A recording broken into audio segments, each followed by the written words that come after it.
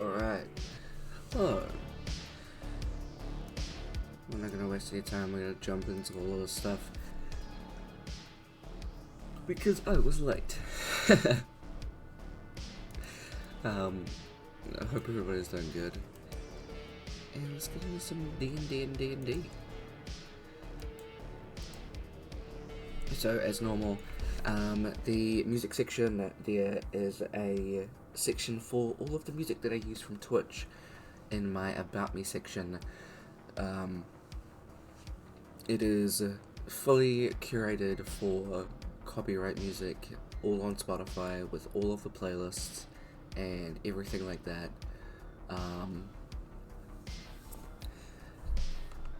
As well as a section at the bottom for the songs that I'm still curating for the characters.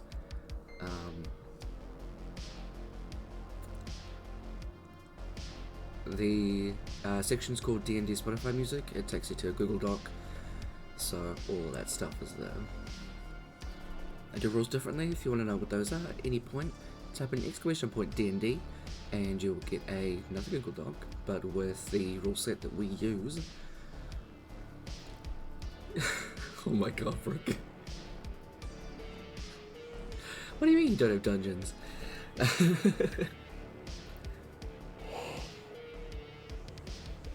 Also, Dungeons and Dads is name of a D&D podcast. Funny enough. There are a lot of rules that we use that are different, so I don't recap them every time. To see the artists of the maps, aside from the world map, type in !D&D maps, and you'll get the Patreon links to the Reclusive Cartographer and Go Adventure maps. !End of Latov, which is the title of this campaign, will give you a little synopsis about what this game's about. Did have a dungeon? Right.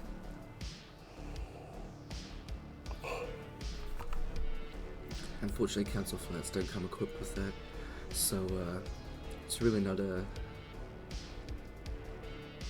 something I can control. Moobot will pop in every now and again to remind y'all about channel point inspiration.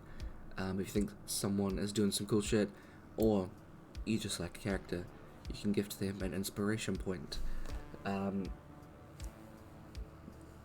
Players can have a maximum of 5 inspiration points before that is the cap.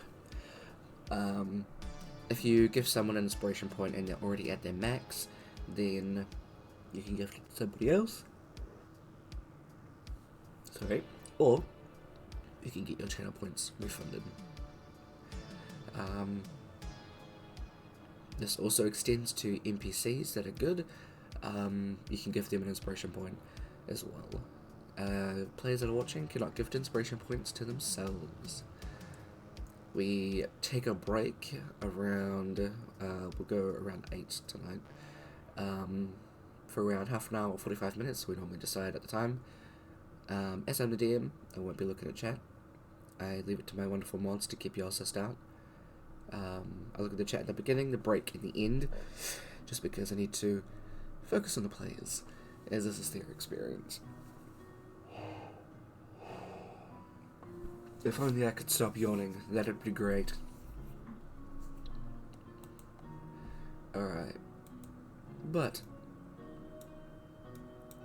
without further ado,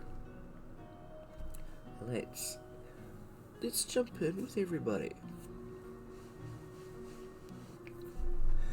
I might have to sell my soul.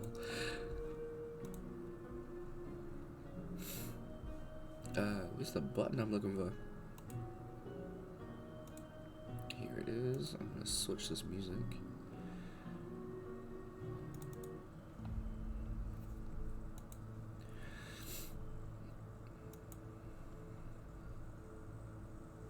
What am I looking for? There we go. Hey, hello. Let's turn that up a little bit. Alright. clear.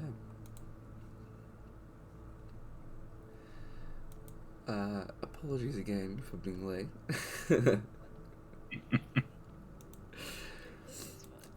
Okay, so, session 22, on the 3rd of Ardolight 999Z, at breakfast, everyone audibly tortures hungover Elios again. Sensei Zeki comes to see Rourke and gives some information on magma giants, and one that apparently walked through Yesket many years ago. Elios pokes up at the talk of genetics while Rourke flounders. Grandma's been placed on the table to listen. She really couldn't care less though. While Grandma talks, while Rourke talks with Grandma, it mildly weirds Zeki out, but he still hands over the book with a lot of the similar information that he's just passed on. After breakfast, Rourke does some practice wielding the practices weapon wielding in time with Grandma's complaints, as he's hitting air instead of targets. Afterwards, the twins visit Gogler at the store and picks up all of their ordered weapons and stuff. As they're leaving, Elios and Light walk in to pick up some expensive ingredient equipment. A low price of 200 gold. How could anybody refuse? After making purchases and grabbing kaba, buying sandwiches for the ritual snacks, I should say. It's not a component. Weirdly enough. It's a snack. Mm-hmm. It's a necessity. Exactly. You'll head over to the Wildstorm Shrine as Light explains what's going on. From there, you set up the ritual that Elios looked up a long while ago, and set yourselves up to go into each other's minds and clean your memories so that hopefully the amnesia can be washed away. As Light takes their time setting up, Rourke volunteers to go first. Thus begins a sequence of going into Rourke's head, cleaning his memories and breaking a couple of them before fighting some weird little brain creatures.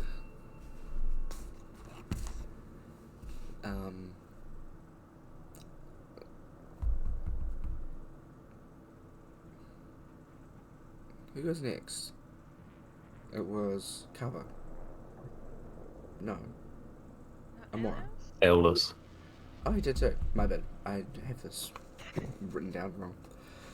It would be interesting to hear you recap both of Kaba and more. Goes at heaven.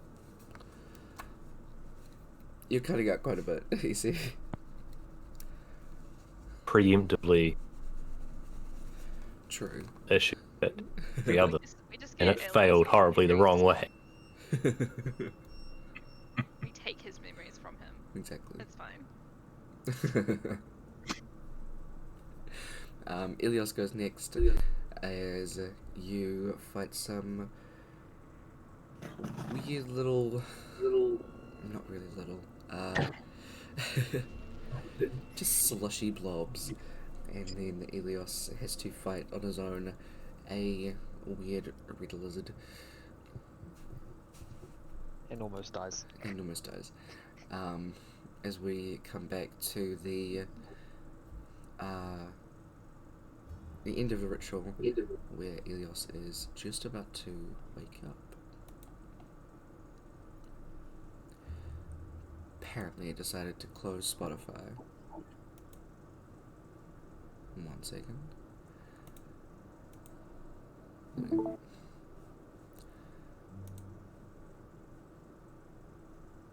Okay.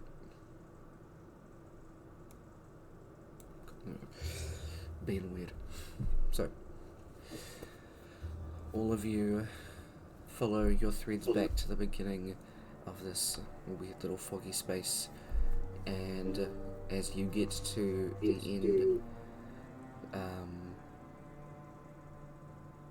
you all close your eyes and wake up in your bodies.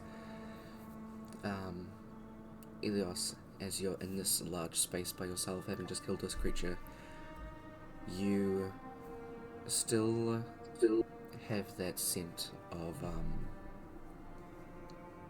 the fresh morning air after it snowed.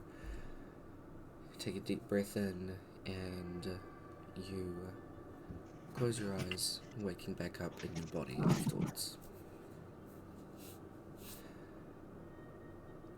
As soon as you sit up, there is pretty much immediately just like a flood of memories that come back.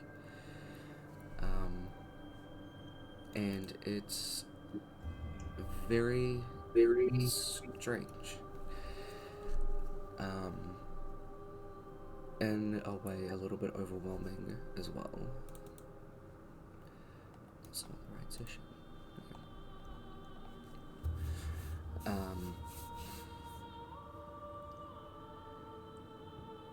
Thinking on all of the experiences that you've had so far, and then kind of going back and putting together the reason why you work the way that you do, the reason that you love research so much, having gone through right back to waking up that day outside for the first time.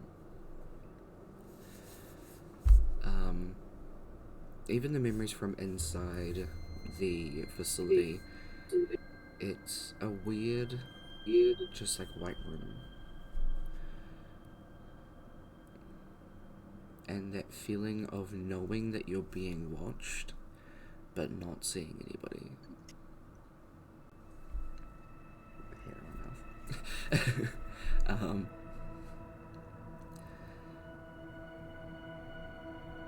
There were other Dragonborn that were with you in this place, all the same colour as you.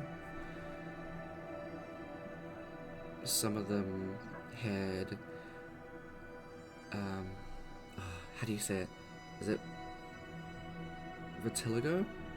The one where you have kind of like different coloured skin, and it kind of not mismatches, is really not the right word. But these Dragonborn, some of them had that where some of it was just blue and then some of it was just white.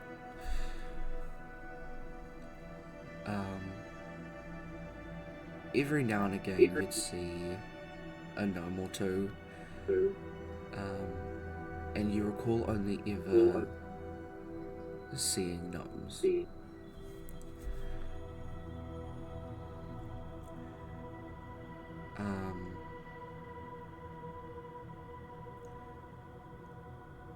Some of the memories coming back to you are unpleasant.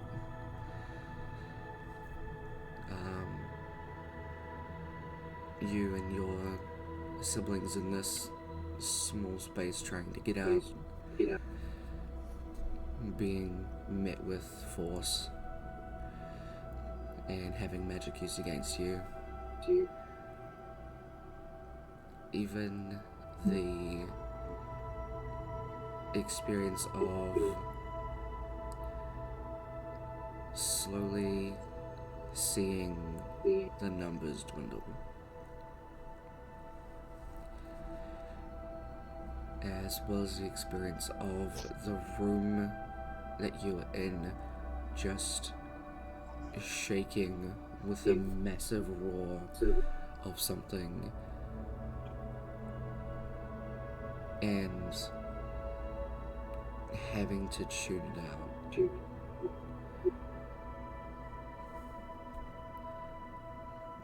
Knowing this is probably one of the parent dragons being brought in.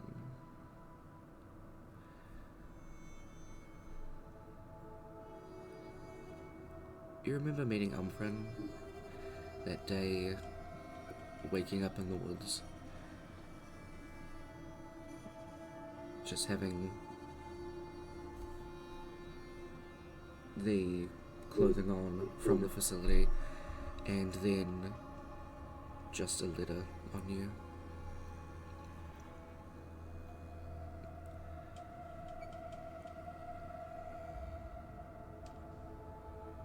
And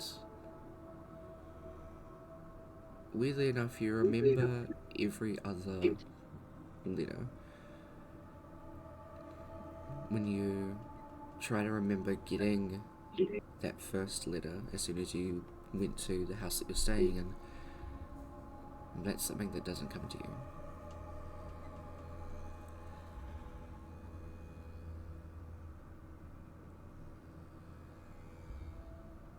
You remember working at the library, but you don't remember first going there and getting your job.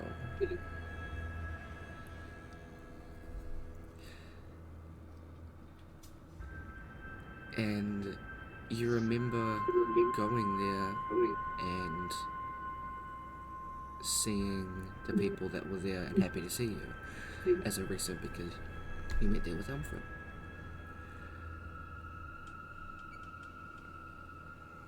But the boy that was introduced to you as Kevin, you don't remember meeting.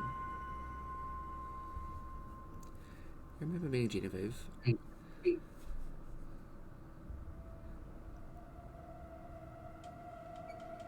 And a lot of the memories from going into taverns and having a couple of drinks, you can remember doing this fairly early on. Just the absolute weight of everything, and these other letters coming to you from this gnome person that introduced themselves, and just hearing about how it's going, and that you, despite your absolute best efforts, want to just run in there and take that thing down because of these arsehole people and what they're doing to your kind, knowing that you just have to wait.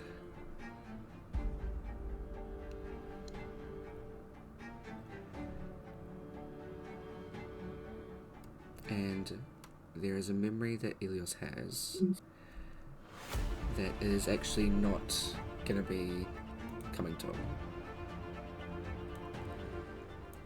Some of the Dragonborn, if they were doing well enough, got released.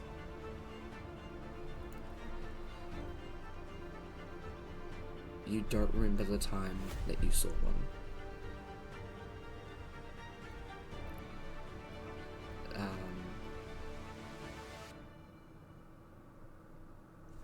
Not at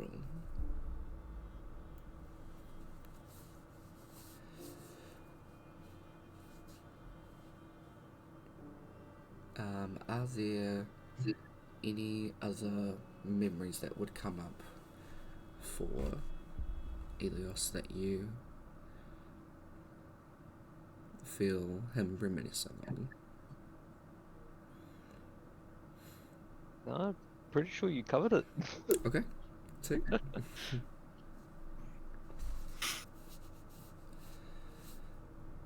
Everybody takes a bit of a break. You do feel yourself spacing out quite a bit, Elios, just with all of this flood of information.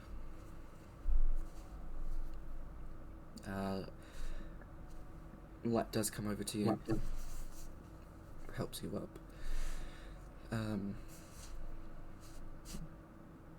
And can kind of see that there's a lot going on. Is everything okay? It's a puzzle, but I'll put it together. Okay. We'll take a break for a little while before going on to the next one. Just to let you catch your breath. Thank you. For Kaba, Rourke, and Amora as well, a couple of you even recall seeing some of these memories from Elios's perspective. Trying not to pry, obviously, because a lot of it, even looking through the memories, you can still get a sense of the emotion at the time. And a lot of the stuff from just these white-walled rooms, it's pretty dark. These people suck.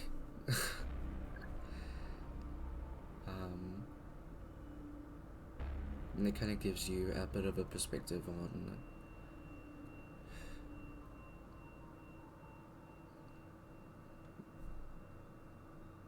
kind of the way that Elios is.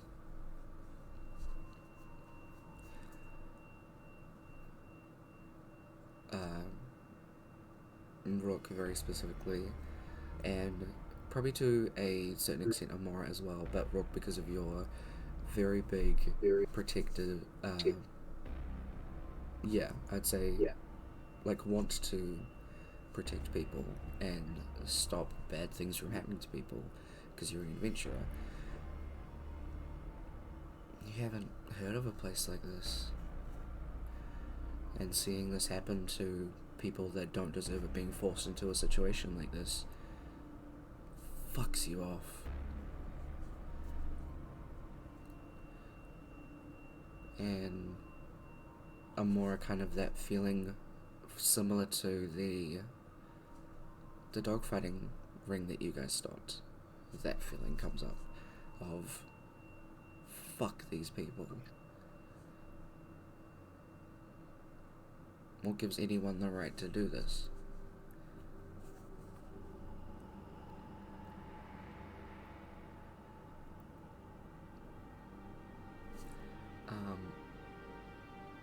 I am not too sure, so I'm going to ask you, see? How would Kaba feel about this, you think?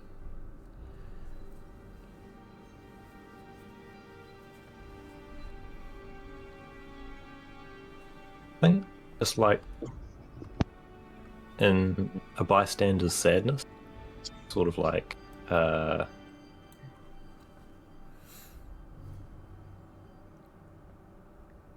anyone that sort of goes to donate to, I don't know, hunger in Africa or something. It's something that's happening to someone else far away, but you can still sort of feel mildly upset about it.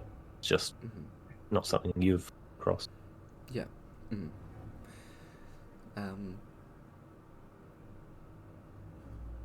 Yeah. All of you and your, levels of empathy, at least, can just feel a bit of that,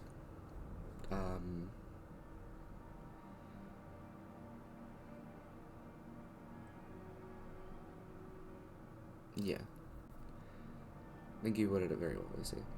I'm just trying to find a word to summarize it, but I can't. Yeah. So, the room for the next little bit is quite quiet. Is there anything any of you want to do before setting up for the next ritual?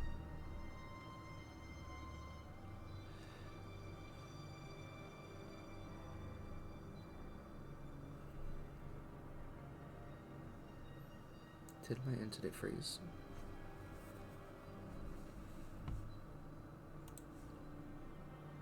No. None of us really answered. Yeah, everyone's Okay. just gone quiet. Oh no, like everyone did actually freeze on my screen. Everyone stopped moving. I didn't hear anything. Was there a question? Does anyone want to do anything before you're setting up for the next ritual? See, I did not hear that at all. No. Okay, you guys are good. Rourke would just kind of go over and pat Alias on the shoulder. Mm-hmm. Be like, I don't know, man. Like that. I'm sorry you had to go through that. That must have been rough. Elias will look up at Rock and just... It's probably why I drink. Yeah, no, I get it now. Yeah, like I would too. If you ever need anything, man, like you want to talk or anything, just let me know. I think after this I'm gonna need a drink. Yeah.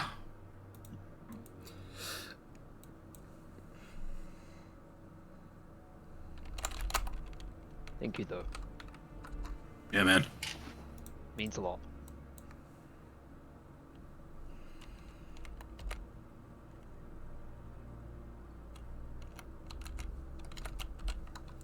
So did we bring those snacks then? I don't remember. Yeah, I've got a sandwich if you want it. I'll split half my sandwich. They're too good to give you the whole thing. Oh yeah, they are really good. Like,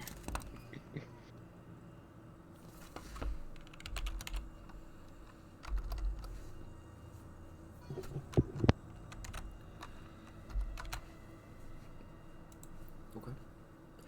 You'll have snacks and stuff. Out of Amora or Kaba, who's going next?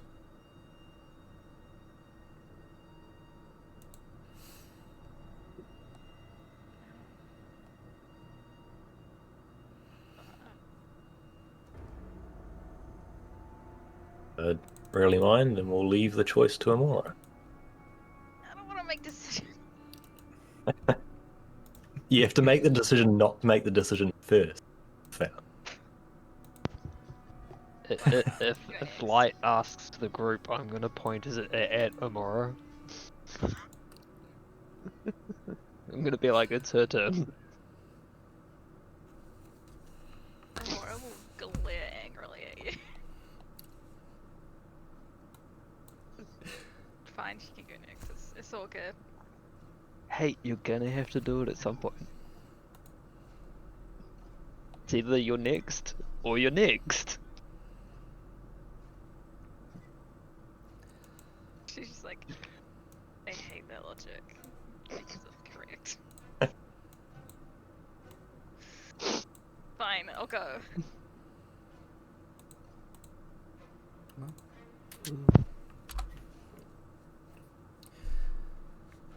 Cool. Everybody sets up again for the next ritual. Oh, I get to use my new dice. Nice.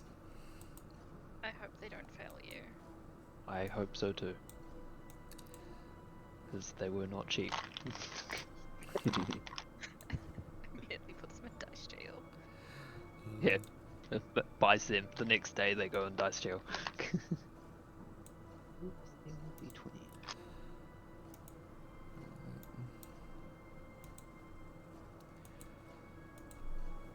So, similar setup. Mora, you go to lie in the middle, and everybody gets a piece of thread tied to the end of the replaced incense sticks, and the gems placed above your head, Amora.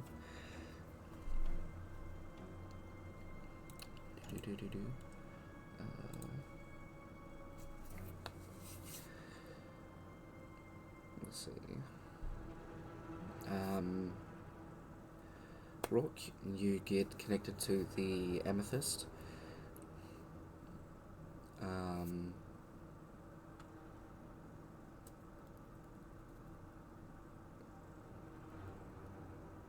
sorry, it'll be Kaba.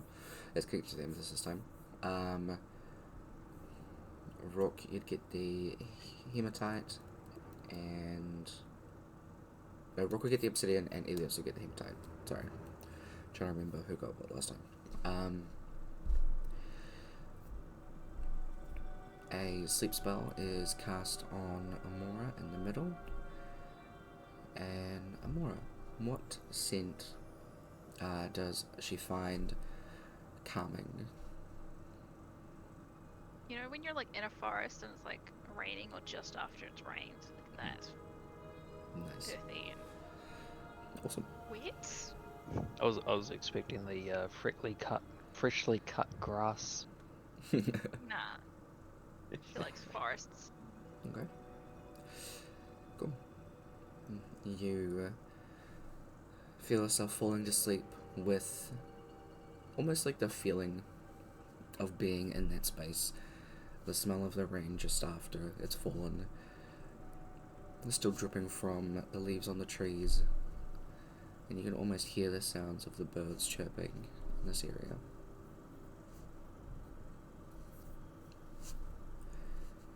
Fall to sleep. Everybody connected then feels their eyes lull as they fall into a sleep as well, being connected to Amora's mind. Again, familiar, large, dark space filled with fog. Kaba, Elios, and Rook. Make a perception check.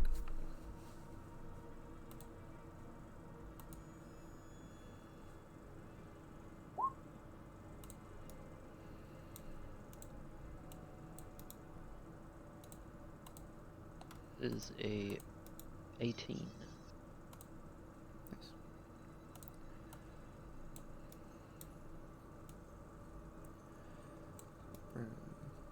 One more down there. You guys up here. Alright.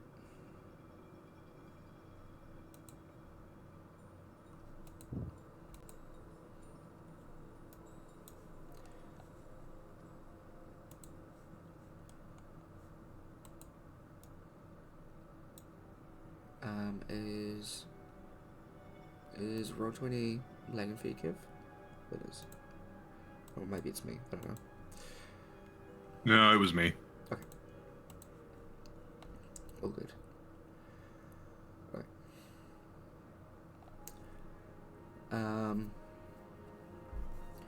Kaba and Rook.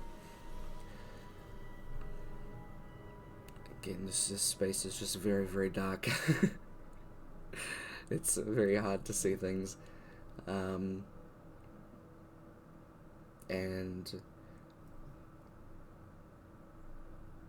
from the last time, as Elios's doorway was so dark, you both find yourself like really squinting, just like into the dark and just like peering slowly. Meanwhile, Elios just kind of looks up and goes, "Is that?" At the time you're kind of scanning across, he's like, "Let's go." As a no shit, green doorway is ahead of you.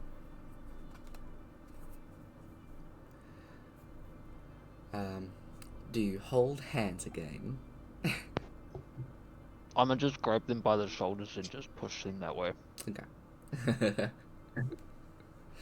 No hand holding for the bros. I think Aeolus is a bit too quick off the match, quick off the mark for us to actually hold hands. Yep. We would have. Mm-hmm. No, hand holding is just for Amora. Alright?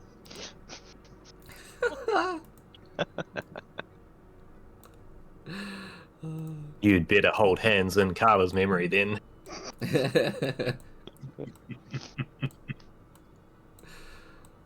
No, Elias will just pick up Amora and walk her to it.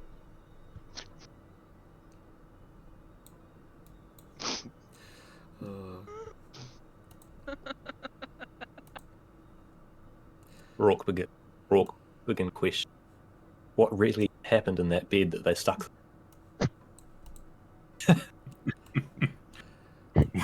What have we done? What have we started? Oh, Chaos is what you started. yep. Okay. My God.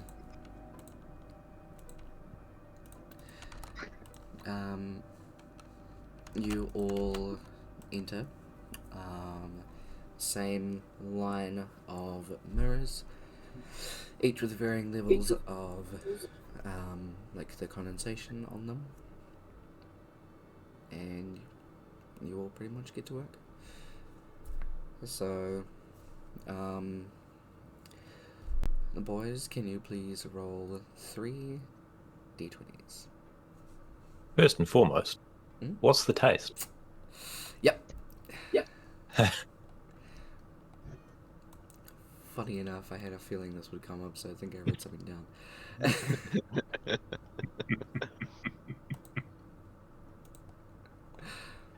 Okay. How?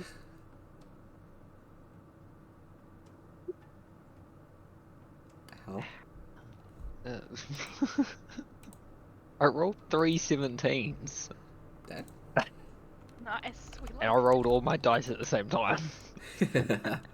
Good shit. I'm gonna re-roll one of mine. The lowest one. Alright. Better, I suppose. So this is... Yeah, I'm gonna re-roll that 8. Okay. That's definitely better. Hell yeah. So 12, 13, 18, and 17, 16, 10.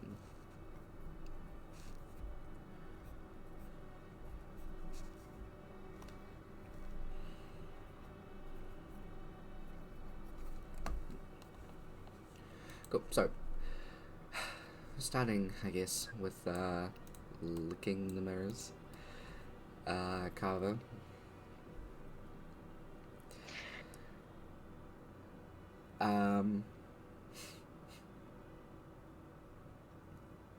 It is...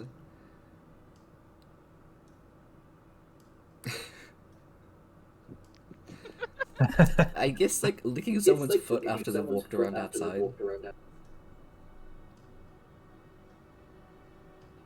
Yep. I feel like Tyler was like, I did not plan for these people to be licking the insides of each other's minds. I don't think anyone can, you know... I don't want You to are. meet who. Yeah. More than welcome.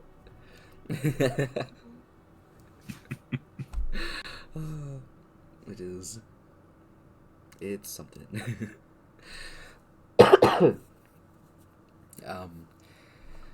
We know Carver's doing it, so Ilios and Rock, are you? Not Ilios. If Kaba even tries to convince me, I'm gonna do the exact same thing I did in Rock's head and pretend that I did it. Okay. Carver will, after his taste, sort of lean back and go, like lick his tongue a little bit and go, interesting, before carrying on his cleaning. Hopes in the mild hopes that it gives the inspiration to one of the others to try it, or the curiosity. Oh, yep. Sure thing. Does that tempt Rock enough? I mean, she did it to me? Did she tell you she did it to you? Carver definitely told you that he did it. Mm-hmm.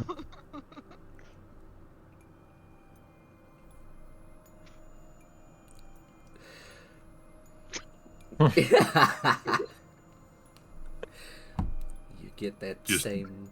Just very quick, yep. that same, just subtle taste of licking someone... What you imagine it would be like to lick someone's foot after walking around outside. Yep. Yeah, that makes sense. Oh, yeah. Calvin and Rock, can you please make a con save? I forgot about it. Yep. Should have saved some of that sandwich. Okay, you guys are alright. Alright, so you all go across and start cleaning the mirrors. Ilios and Rock, you both go through all of yours, cleaning them quite well, and none of them break. Kawa, you get through a good lot of yours, being very, very careful. But the more fragile memories that are there do end up breaking, but only 2 of them.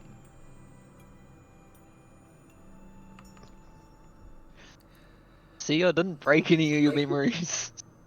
Break any in yours.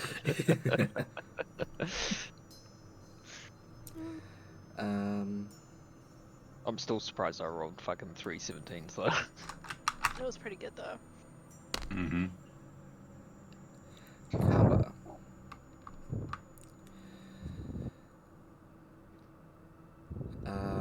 While you're cleaning one of the memories, you spot a familiar figure in one of them that Amara is looking at.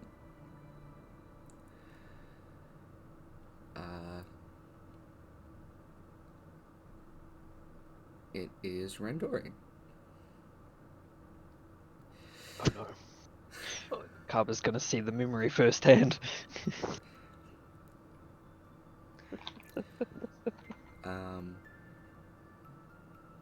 Cleaning. Is Randori leaving or what? They seem to be having a conversation, as all of these memories are from Amora's perspective. So you can just see Randori's mouth moving, and you see a pause in the conversation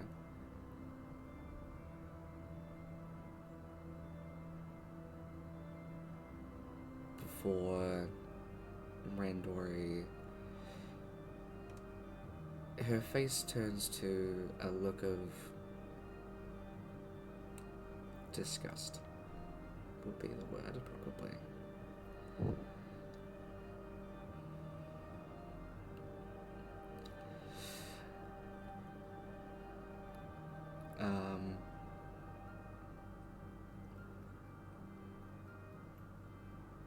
You have a keen eye and manage to catch the next words that leave Randori's mouth, just from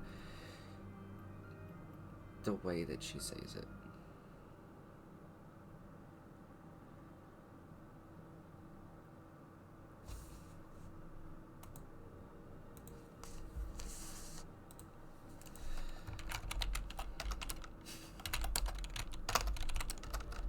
Looks like a type. Gotta change the music for this. Gotta get the right soundtrack. I saw your mouse moving on that screen. You know what you're up to. No, I'm not. Funny enough, because it's capturing the same window. Something overlaid it. Yep. It's Well, now I'm disappointed. No, sorry, you still get the unsettling music.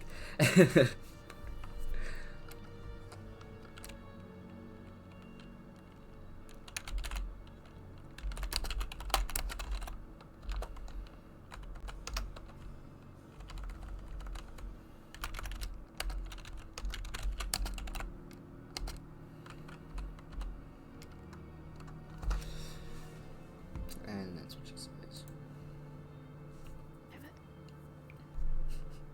I'm not gonna say it out loud. Spoilers.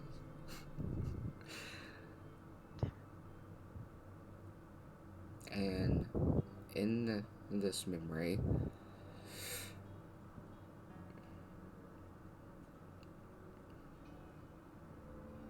because it's from the Amora's perspective, it starts to get a bit blurry, as you can imagine that it's her eyes watering up as Randori is leaving.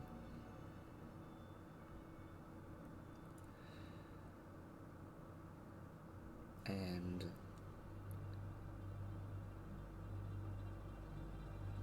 after that,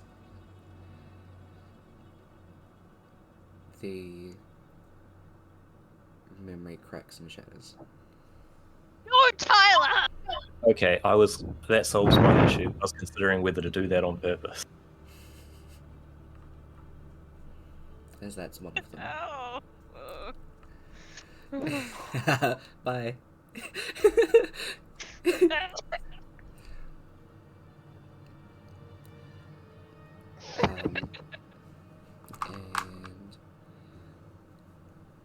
let's see. Are you having fun on the floor, Brooke? No, there's something digging into my head. You might want to get back on your chair then. Yeah, I'm a little stuck.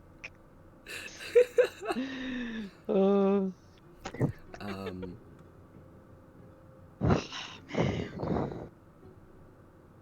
damn it. Rook, as you're cleaning memories, one of them comes across that you actually remember. Oh.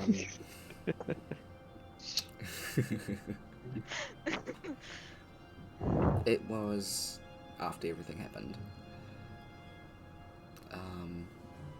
And afterwards, Amora didn't spend a lot of time at home anymore. Finding being in the shrine was too much. And because your house is off that, pretty much this was an extension of that.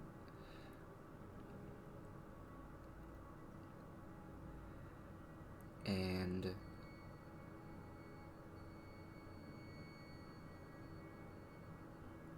you and Jaxus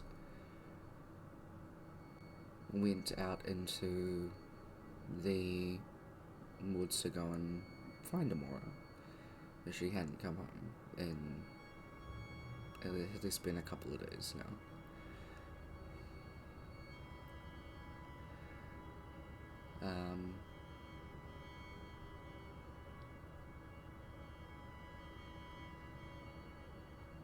Seeing it from Amora's perspective is just heartbreaking, I guess, would be the only word, because this is your family, and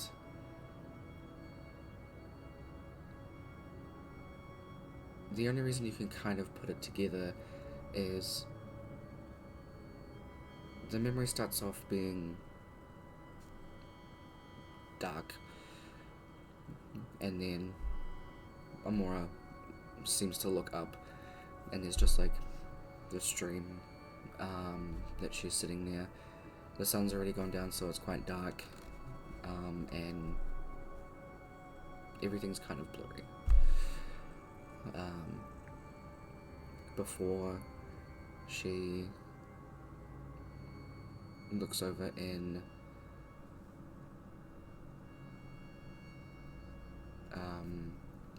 the direction that you and Jaxus are approaching her.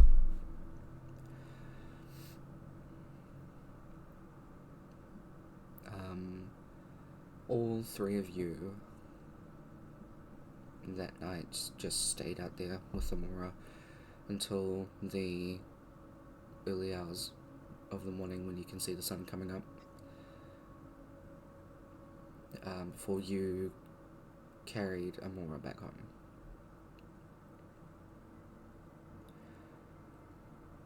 And just the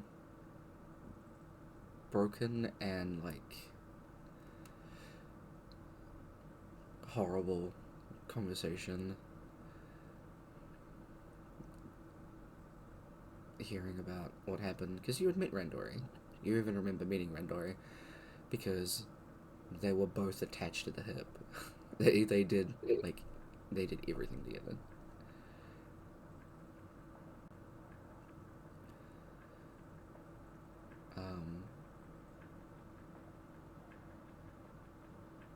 You kind of feel yourself being a bit distracted just from that one memory of,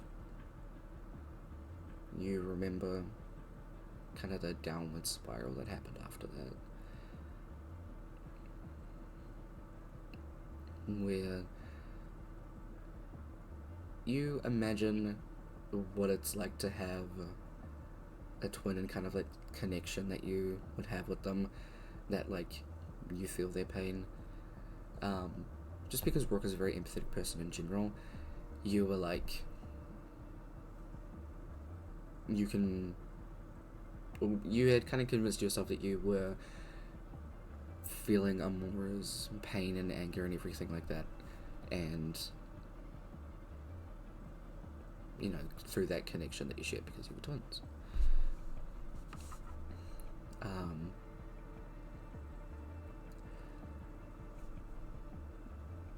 As you're kind of in this moment is when something crawls up the back of one of the mirrors and jumps down at you.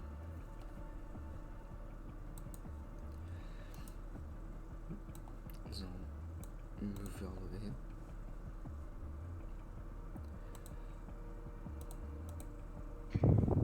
here. Is it something little like Amora? Nope. Sorry, 1 second.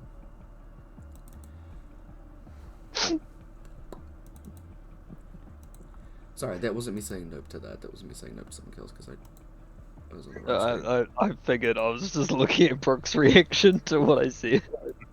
Okay.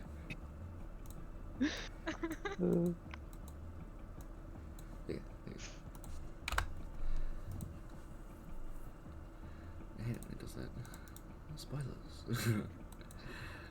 Spoilers. Something jumps down at y'all. Why do they have wings? They do. Looks like they have a whip for a face.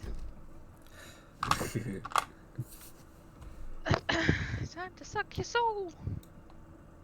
Not Who's that? again. I'd rather not.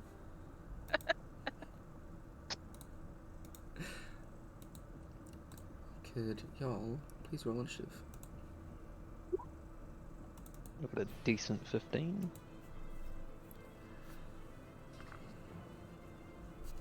Alright. Oh, A Nice. decent 15 ends up being the lowest number out of a 3. So that's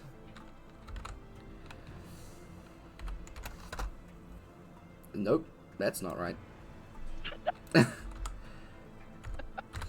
Wow. There we go.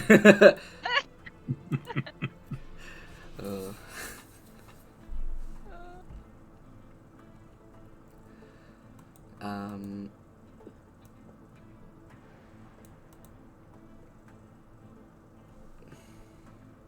Use. Okay, cool. That is the honor. Alright. Sweet. So. They do get a quick surprise round on rock as it jumped over the mirror. That misses. And that'll miss as well. Alright. Top of the round. Rock, you're up. I would like to rage. Absolutely. Man. Is this thing like still on the mirror swatting at me or? No, so it would have jumped down onto the ground and Okay. jumped you. Then I'm gonna draw my sword Hell yeah. and attack recklessly. Okay. That was the wrong one.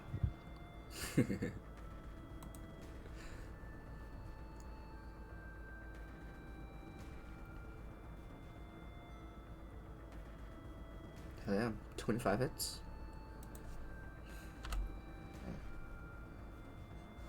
11, 15, 17. Sweet. And attacking again. Yes. Hell yeah. Still standing, but barely. Hell yeah.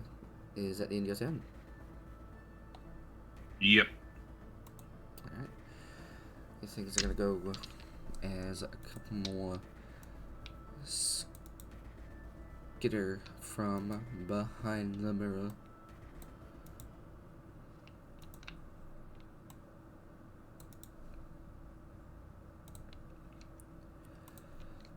This one's gonna gang up on Rourke. This one's gonna gang up on Kaba. So they all get advantage on you, Rourke.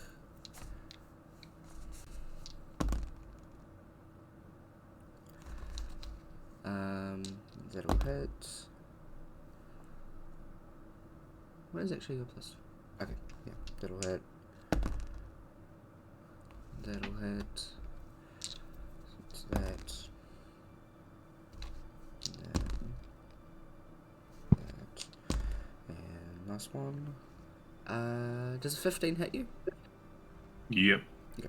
So all 6 hit.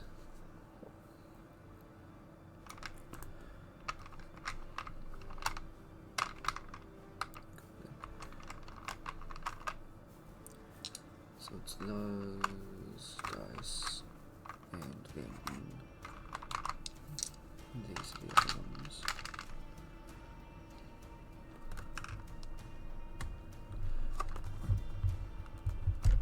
Why can I not move this? Oh, because it's on the blue tag.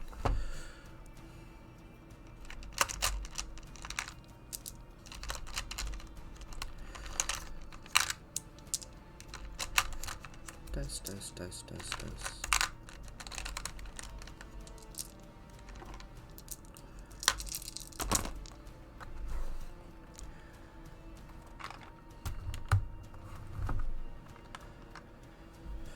Okay.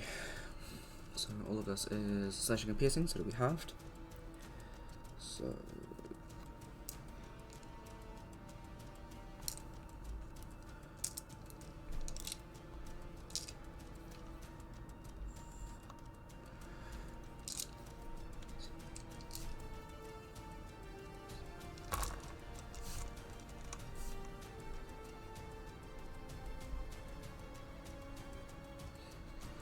um 46 half to 23.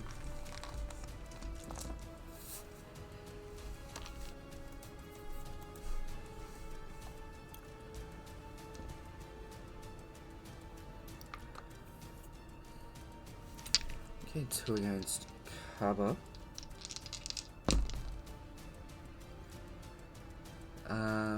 Monomus, the other is a 23.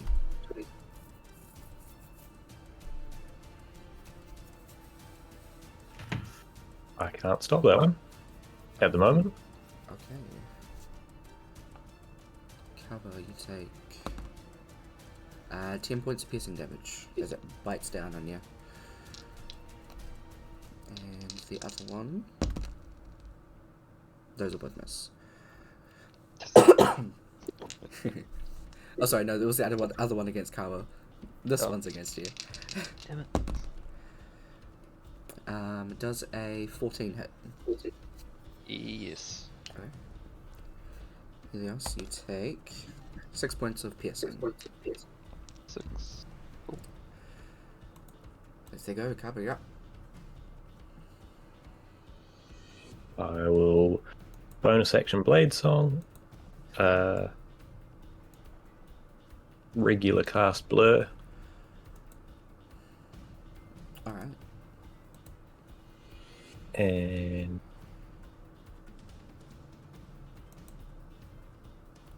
yeah, good. Hell yeah. Elias. I am going to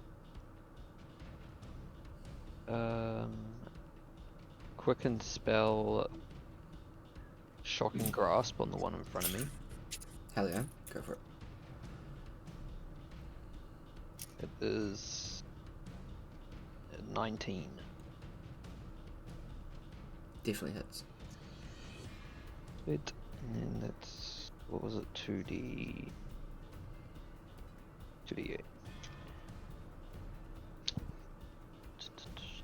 Where are my 8s? There's 1 8. There it is. That is 7 and 8. That's 6. No, 17. No, like 15. 15.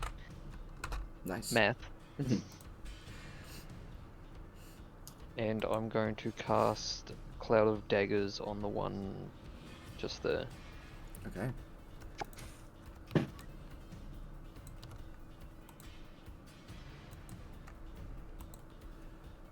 And I'm gonna up it to level 3. Alright, nice.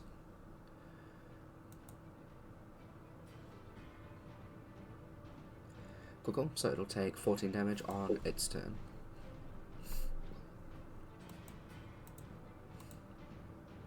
And that is my turn. To say. Before we go back to the top of the other round. Amora. Oh god. Here we go.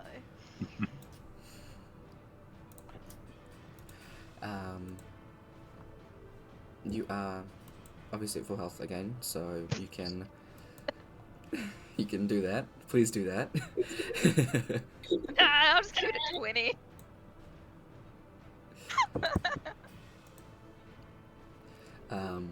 In this space, it is dark and foggy, and then you hear the sound of something roar.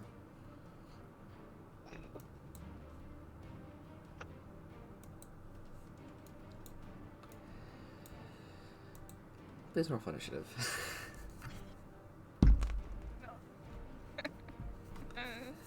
Is this where I die? Let's see. For the first time. Damn, nice. You are going first. Yes. Oh god, I've spells. Shit.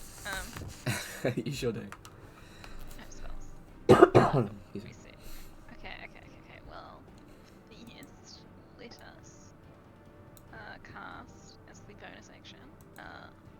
Oh, I can cast it at a high level, can't I? You definitely can. Okay. Let's cast this at third level, Alright, hell yeah. which means it's now 3d8, I believe. 3d8. Is it how it works? Is it 3 or Where's 2? my spiritual weapon?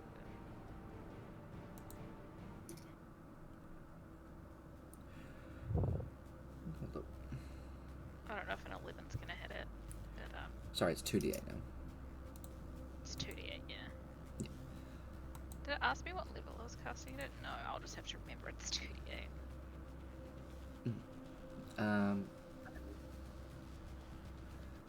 So you're keeping the 11? I'm required to ask. Yeah. That doesn't miss. Yeah, I was assuming that it would. Okay. That's all my action. I'm just gonna like throw a dagger at it. Sure.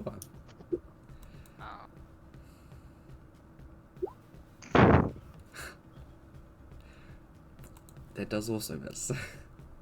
She's just terrified right now. There's a weird thing in front of her, okay? She's not doing so That's incredibly fair. Okay.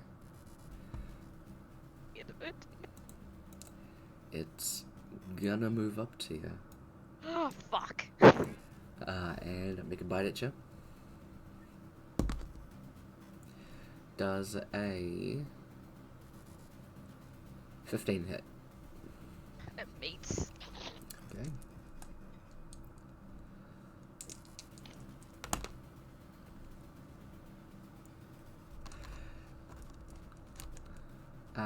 You take 6 piercing damage. Oh. Also, need one of these.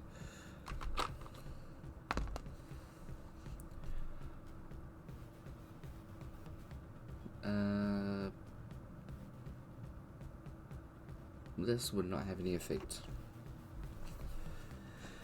as it tries to zap you with one of its weird little eyes. The ray is like a really light, like baby blue, and as it like hits your body, was that meant to do something? Okay. Can't tell if I should be glad or terrified. That's fine. Better stop around, Rock. Both. Same time.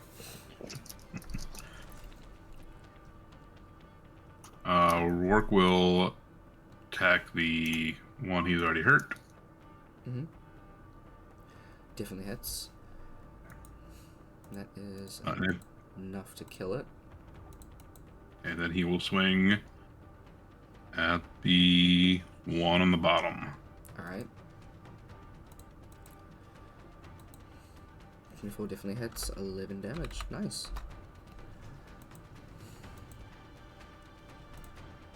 Is that the end of your turn?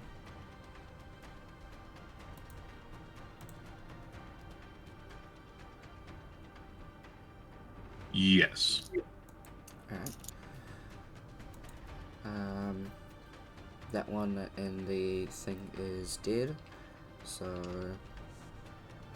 4 against Rock with advantage. That's hits. That hits. Hits. That hits.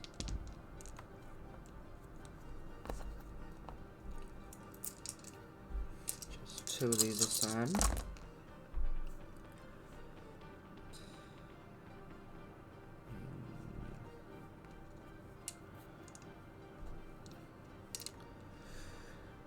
Uh, 23 half to 12.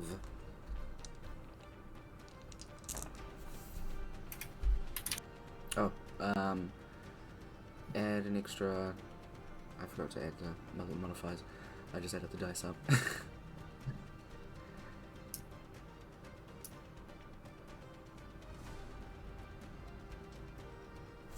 Hold on.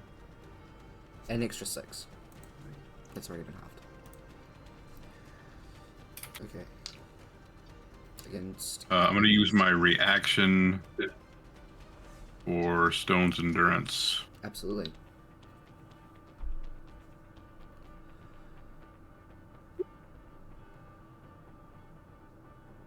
Seems like. I believe your con gets added to that as well. Yep. Hell yeah. Okay. Against Kaba.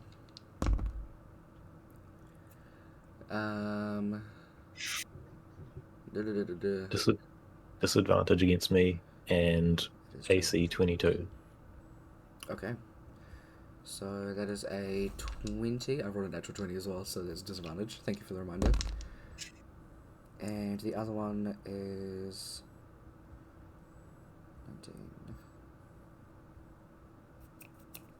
19. 24. No, not 24. Disadvantage. 11, 10, and 8. They all miss. Nice. Against Elios. One of them misses, one of them is a natural 20. Sorry. Fun times. Mm-hmm. That is 20 points of damage. 20? Yep. Jeez.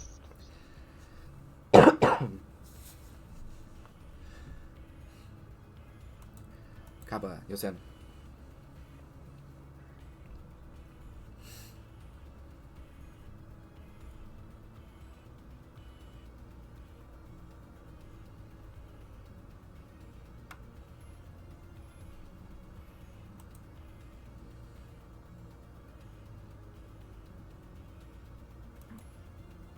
I will move here,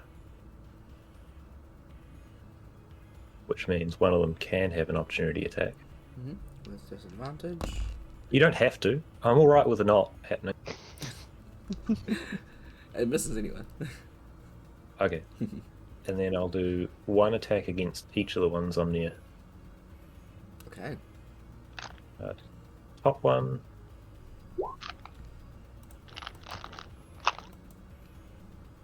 You need to keep that One. wrong. Yeah. Okay. The point here is that I swing at them and hopefully make them angry rather than actually bother to do damage. Fair enough. First one misses, second one definitely hits. So that is 6 plus 5, so that's 11. Nice. Hell yeah. Is that the end of your turn? That is turn. Alright. Elios. I'm gonna be doing the exact same thing again. Hell yeah.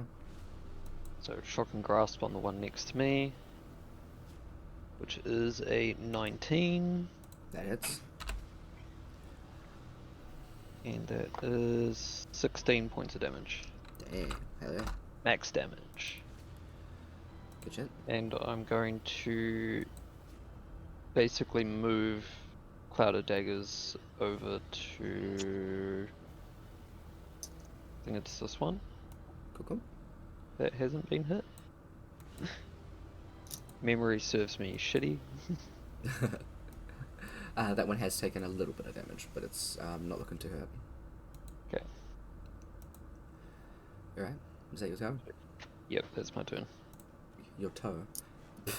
I tried to merge, turn, and go, and we got toe. Sounds about right. Yep. Close enough. Love it when I merge words. Amara, your turn. Okay. We're gonna move the shields to like here, Cool, you can do that. It's got 20 feet of movement. and it's gonna try and hit Alright, because it can do that. it can. Yes, that definitely hits. So I need another. Oh wait, no, I can cast it at different. Oh, there we go. It's Yeah, not for it you pops up. damage. Once you do the damage, yeah. Okay, so that's that. Nice. And then Did it add for your my wisdom? main turn, I would like to cast Guiding Bolt at 3rd level. Did you click 3rd level? Because I only rolled 1d8. Ah, Just on the next oh no, d8. it's every 2. It's every 2 levels or something. Wait, let me see it. When you cast a spell using the spell slot of 3rd level or higher, the damage increases by 1d for every 2 slot levels above 2nd. Damn. Okay. Because it hates me. What was I doing? Casting Guiding Bolt at fucking 3rd level. You will have disadvantage because you're right in front of it.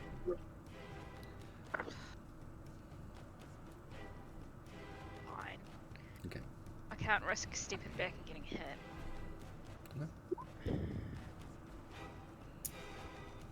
You do get an inspiration point from EC. We'll re-roll that. Okay. Slightly better. It's not a CC, I'm sorry. Fuck! I'm gonna die here, guys, just so you know. It's it. Alright. Uh, It's gone by 2. That hits.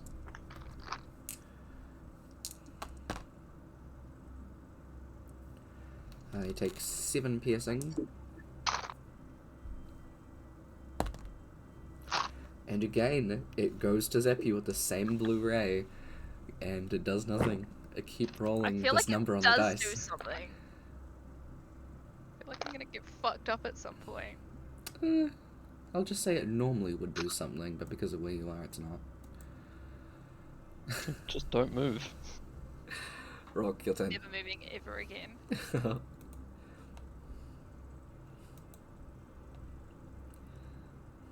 You can see there's like a little weird cloud above the blue boxed one as well. being the spell that Ilios cast. All of Rourke's lines will also start glowing. Yes. Hell yeah. He will attack at the lower one.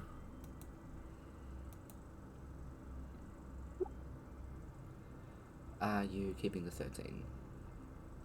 I'm required to ask. Yeah. Okay. First one misses, the second one hits. So that is 10 damage. Don't change its health to 10. There we go.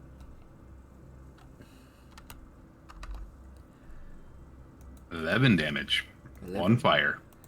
Hell yeah. Nice. Cool. Is that your turn?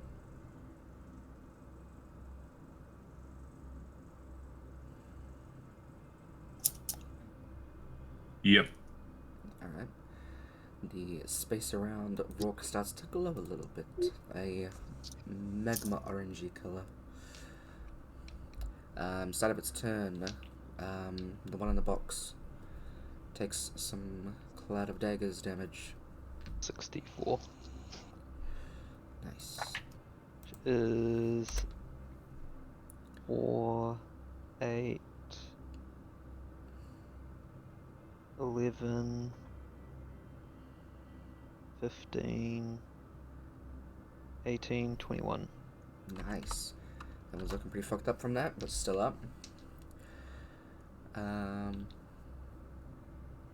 at the bottom's going to attack Rourke with advantage. 1, 2.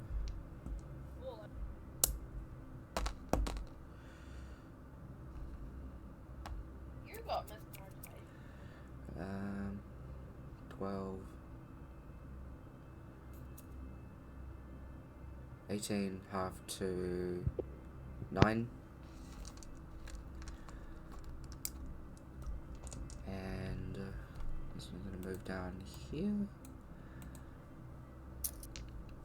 And 3 going to go against Kaba with disadvantage. Miss. Miss. Miss. How many have I rolled? I lost count. This is your 4th. Thank you.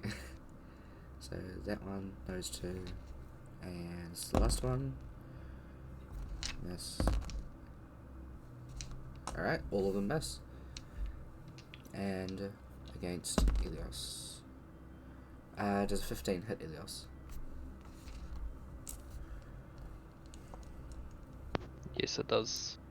Okay.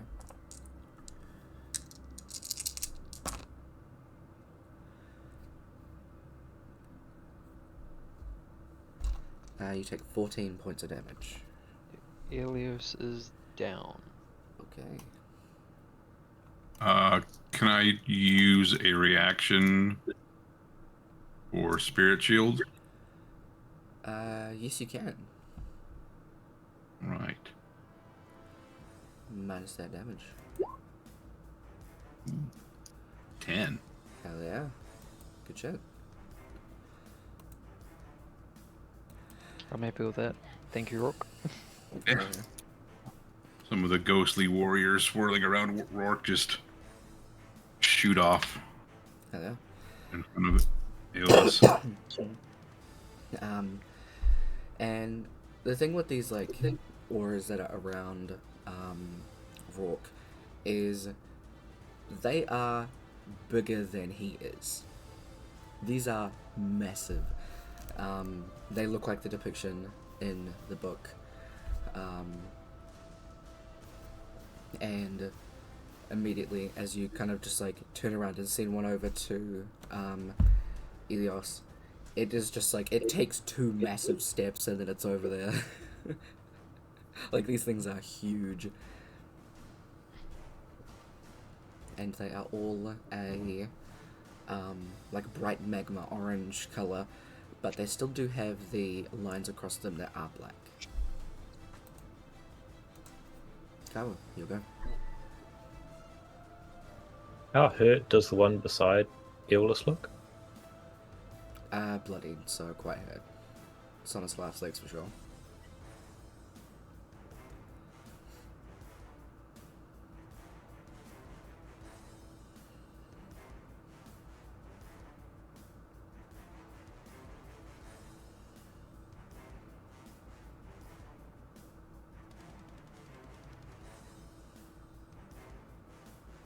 Yeah, I'll move over to it, Alright. attack it.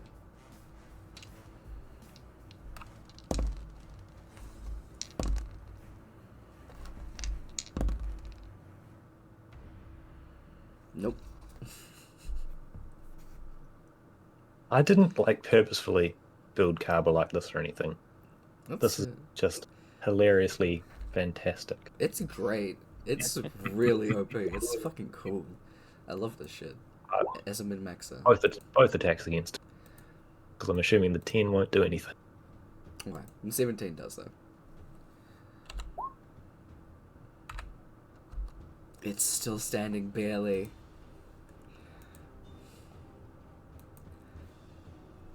Turn. Ilios, the one in front of you is like on the ground, almost limp, but just like twitching a little bit. Alright, Elias is gonna shock and grasp it. Probably do another cooking spell Alright, so we can cast something else afterwards. 2-2. That is a 17 plus 9. It's a 26. Definitely. And 2d8. Even if you roll 2 ones, you're fine. It's a 12. Nice. You absolutely fry this thing, and it, funny enough, looks like a weird bat. So you get some charcoal fried bat. Sounds about right. Yeah. Unfortunately, you can't take it with you though. Can I cast that in a diagonal? When it's in a straight line, I can cast that diagonally, right? Yes. Yeah, okay. So I'm gonna go right here and cast it straight through that way. You have a Lightning feeling bolt. it will break mirrors.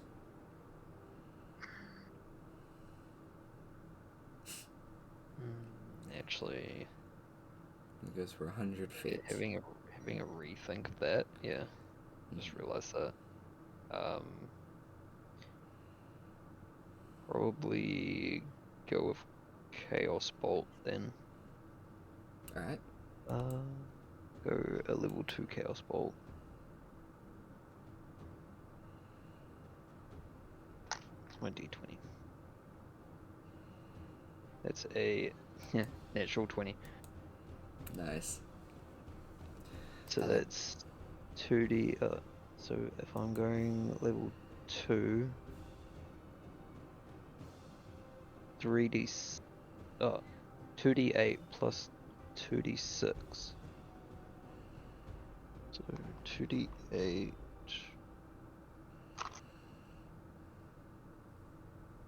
And 2d6. Hmm. That's 16. And the 2d6 is 6. And then a d8 to decide what damage it is, which is 8. That's thunder. Nice.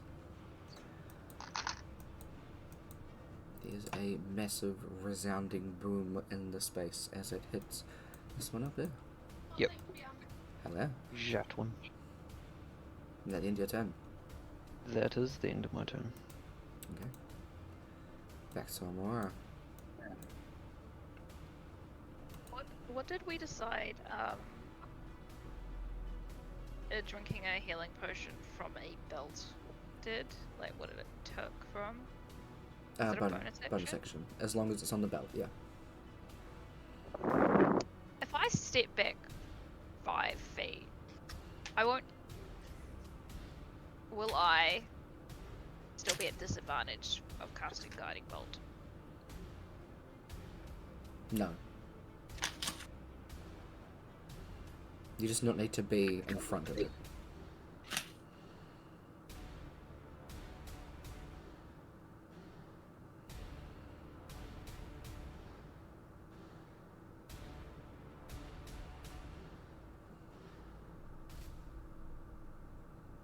Okay, so what I'm gonna do is I'm gonna step back 5 feet. Mm-hmm. I am going to cast Guiding Bolt. Okay, it gets an attack opportunity against you first. Yep. It's a natural one, so it misses. We're gonna do another third level and hope that this works. Alright. Nice, that Please hits. tell. Heck, fuck.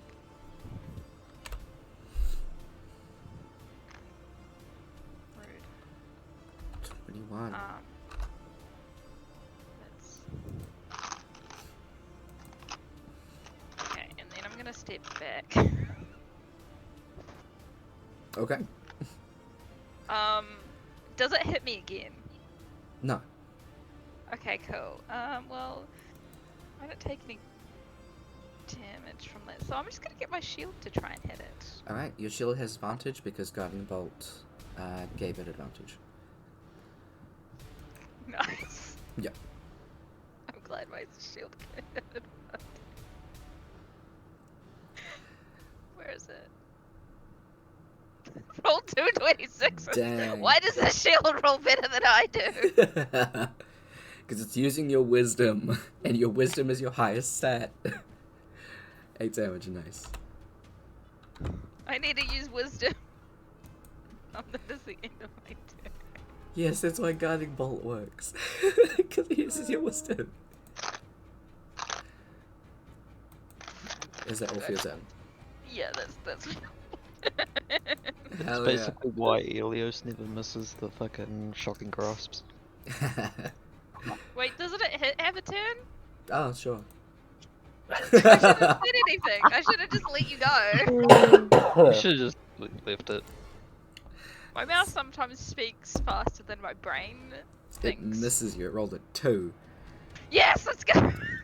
So you might as well not have rolled at all. It still gets a eye ray. Please roll a con save. Oh no. Don't know. Hey.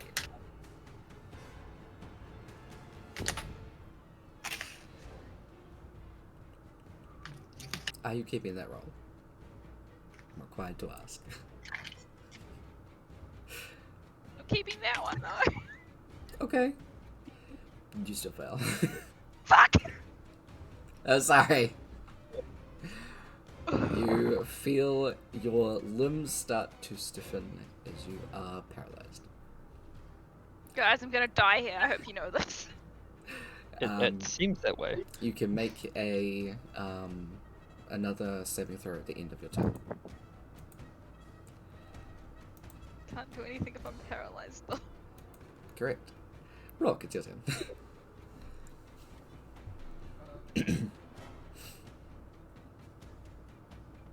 Rourke will take a swing at the one he's been hitting. There they are. 22 hits. Da-da-da-da-da-da. 16. Nice, that one's dead.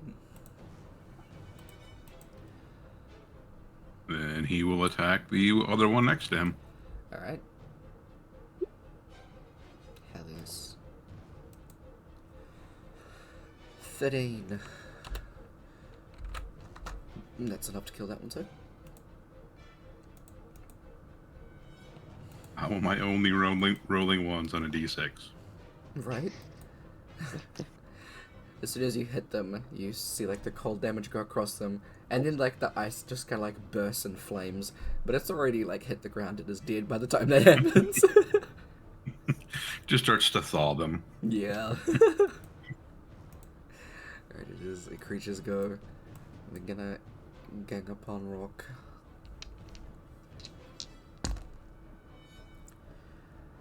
Has a natural 20. Actually, can I move Sure. the end of my turn? I'm just gonna move back over closer to my friends. Okay, cool. Who's that? Oh, I didn't say that. One of them would be. So, the one that does would still be the natural 20 for the attack of opportunity. On their turn, they would still move over to you because they'd see you as an easier target to hit than Elios right now. So that is 16 half to 8. And I'm gonna use my reaction. Or no, that's somebody else. Never mind. Okay. Next one is... That's gonna hit. That's gonna hit. That's misses. That's gonna hit. So it's 3. So it's those ones and this.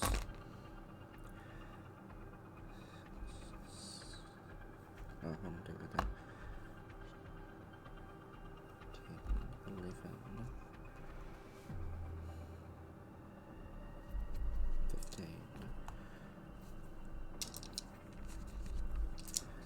22 half to 11. Ooh. Still standing. Damn, good shit. Barely. Yep, it is a sliver. Carver, you're up.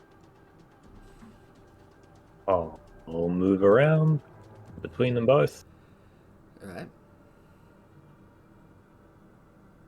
and attack the one to my right. Okay. Nice. Nice. Hell yeah. 15. Keeping the 10. Yeah, Okay, that one misses. seems like a great number to have. Absolutely. Nice round number. Is that the end of your turn? Yep. Alright. Ilios, yep. I'm gonna shocking grasp the one next to me. Cool. That is a 19 plus 9. Definitely hits. 2d8.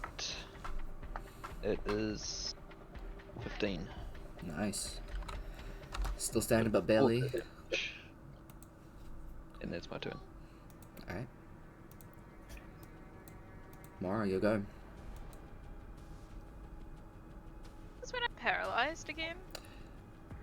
You are. So you can end your turn by making a roll. So I can't use my shield. No, because I believe you control it. You can't do anything.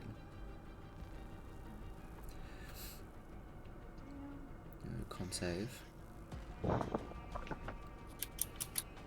Please be nice to me, dice. I don't think they're both. I rolled a 5. Are you gonna keep that roll? I have to keep that roll. You don't have to. You can make it a natural 20.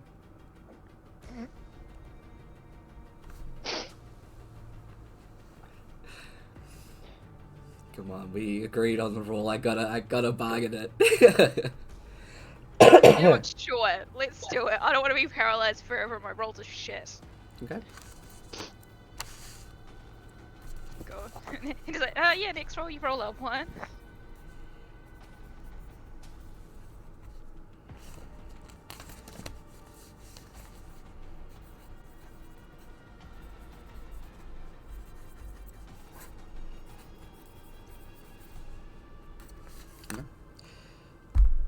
You feel your bones seizing as you try and will it away from your body. You feel it not work, and as you do, just this weird moment where you're no longer in the space that you are, but it's still dark. You can move in this space. There's a little contract appears in front of you. Just sign here. And you do. It disappears, and you're back in your body where you can move again. But that is the end of your turn.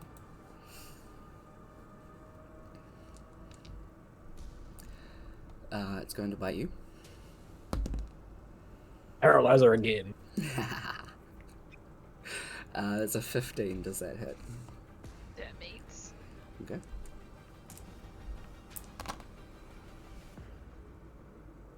There's Garbo. I rolled 3. There you go. And please make a dexterity saving throw.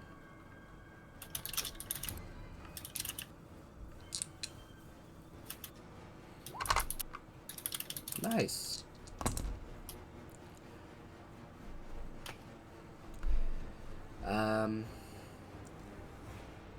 That is 27 fire halved to 13. As it just shoots a ray of fire at you from one of its eyes. I don't like this. I have to tell you right now, I really don't like it. Thanks for the pointer. I'll take it into consideration. Makes it worse. Rock, it's your turn.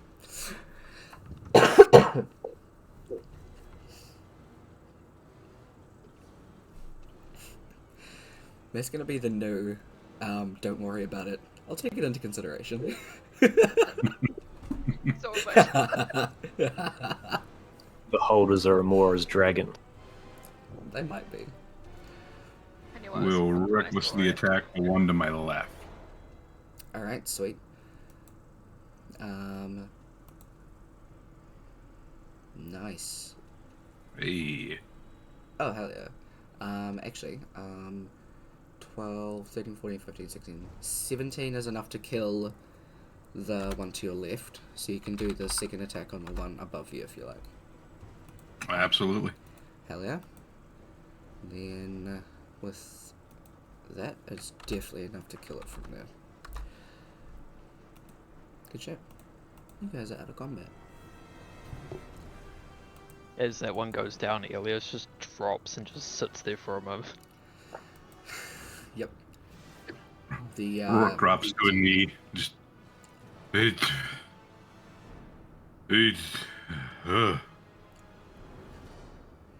Cowboy Yeah.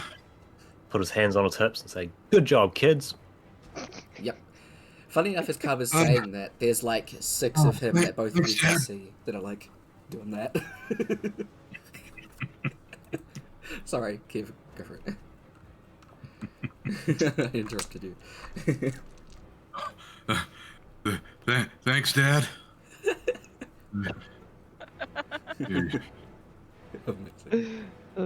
Thank you for the save, Rock. Much appreciated.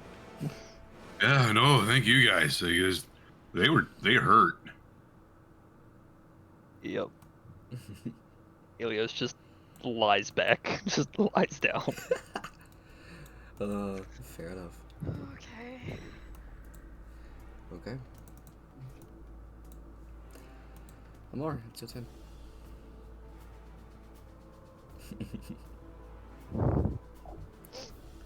That takes 10 minutes. That's not doing that. Oh, yeah. Yeah, we're gonna cast. We're gonna cast Q moves at second level. Alright.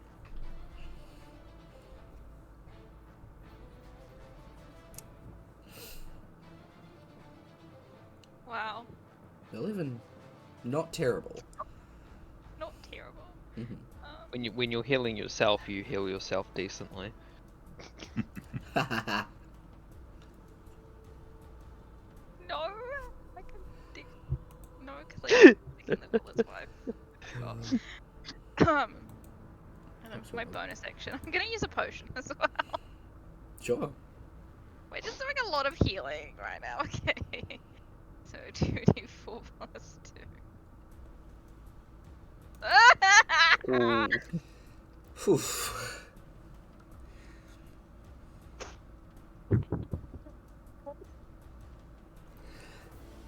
Imitate me in every form. I can't get away from it. That's the end of it. Okay, it's gonna try and bite you. I haven't even done anything to this fucking thing. You need to go back to the Discord dice. They at least seem to be okay with you. Yeah. Yeah. Agreed. You take 7 points of piercing as it bites you. That's cocked. The ray doesn't do anything. It's your turn. Oh no, yeah, it is your turn.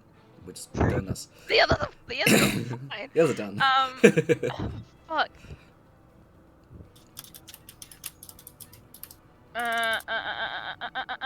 We don't need that. We can't fucking do that. I doubt this thing is undead. You try.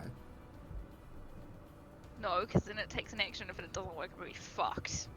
Fair.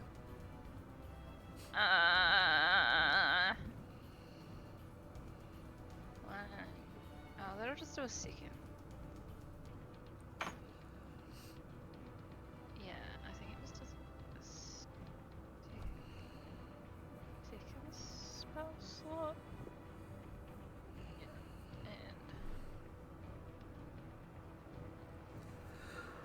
Excuse me. Alright.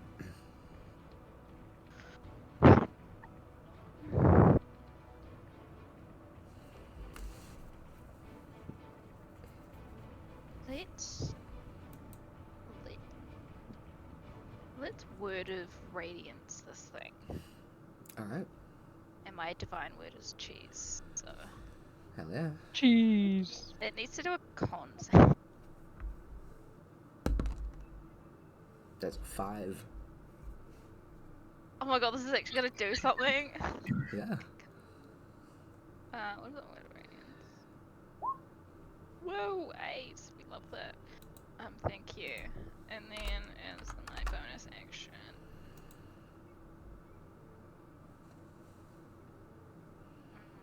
I will cast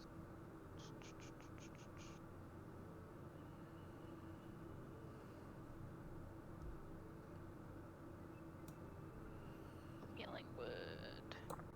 Alright.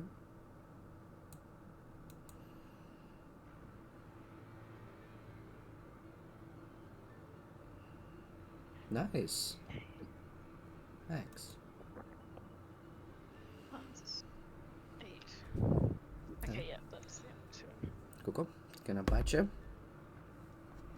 That hits. Oh, can it not? I'll take that into consideration. 6. Piercing. Eye ray. Doesn't do anything. I keep rolling that number. You're very lucky. I fucking hope so. Yes. Your dice are working for me in times. Some of them. Okay.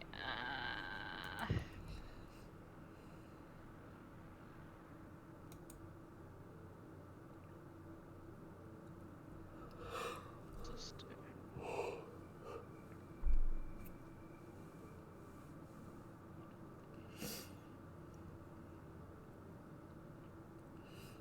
I'm gonna cast Bless on myself. Alright. So I can add a d4 to things. Fair enough. You're now concentrating. Is it a con? Oh, it is a concentration. Fuck. That's gonna suck if I get hit. And as my bonus action, can the shield just fucking hit it? Absolutely. Spirit Weapon. I hate you, shield. Thank you for that. That is the end of my turn. Okay. That's cocked. hits.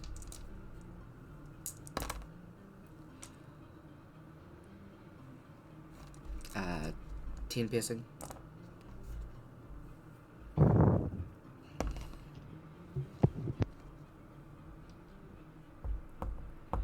Please make a strength saving throw. I'm even good at strength.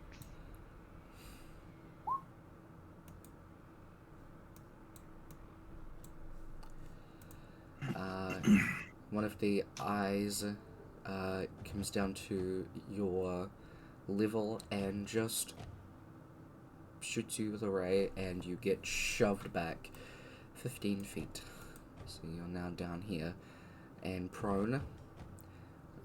Doesn't do any damage, but you're just over there, and your speed is halved. That's fine. I don't mind that. You too? Okay.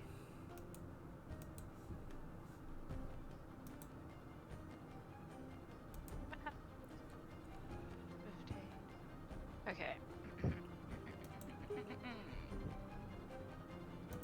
We will.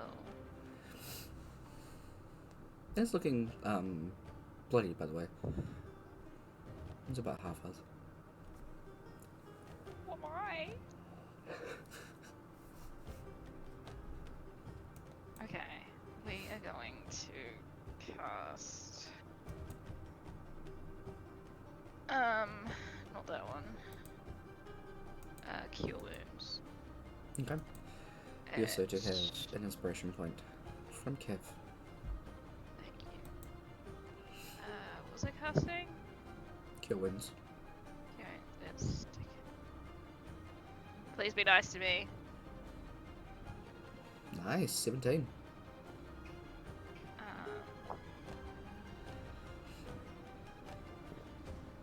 And bonus action, the shield go boom. Fucking finally shield. Jesus Christ. Nice, well damage. It's 5. God damn. And then we'll just like walk up to it, I guess. Okay. Stand my turn. It bites you. That hits.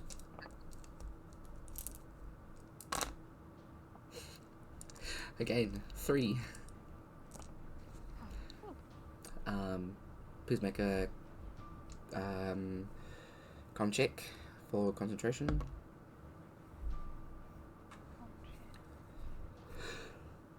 It's just straight constitution.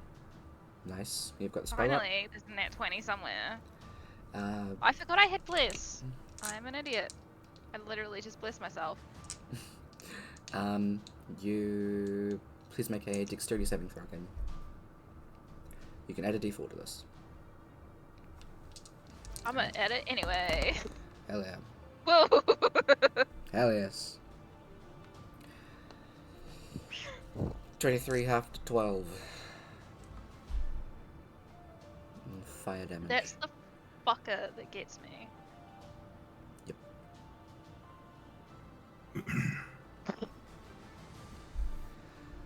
So, another con check.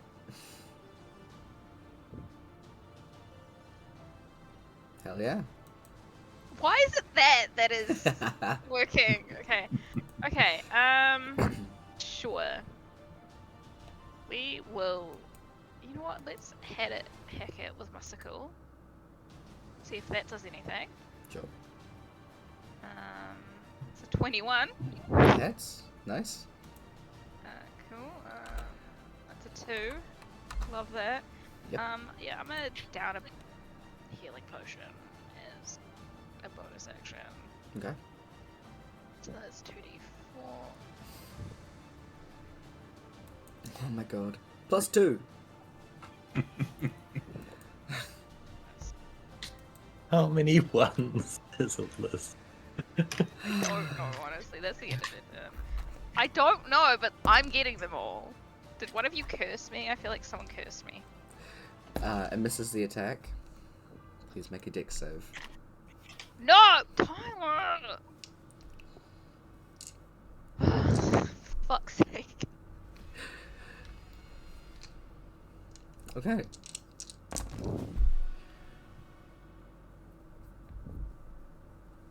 Uh, 21.5 to 11. How am I still? Fuck if I know.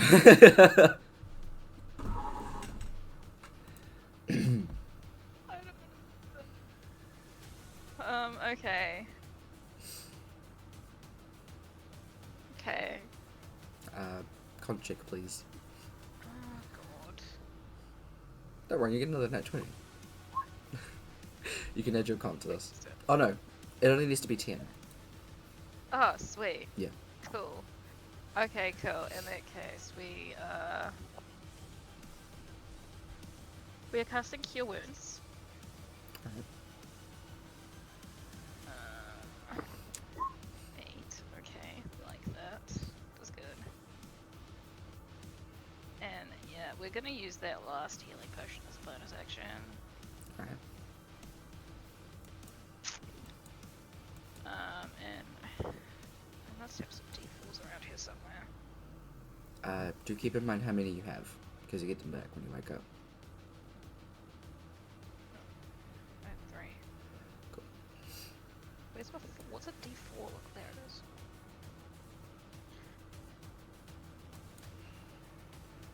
Because this is a make-believe world, but the pain still's there. They hate me IRL too.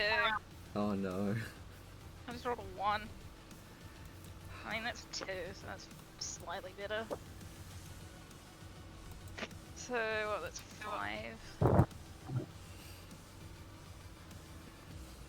That's the end. Okay. I'm gonna run out of stuff. That misses.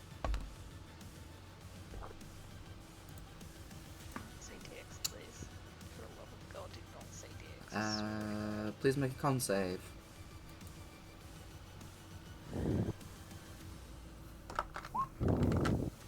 I'll add a D4 anyway.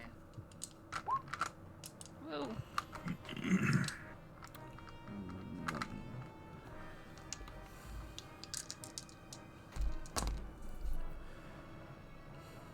Dizzy. I hate it. That is 20.5 to 10 necrotic damage. Oh my god. Have I not died already? Con save, please.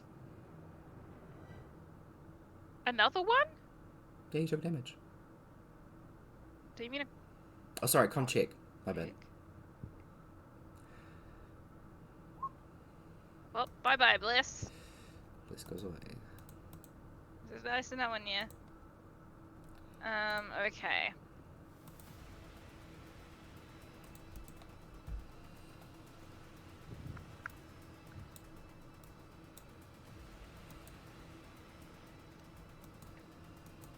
Okay. Bonus action, healing word.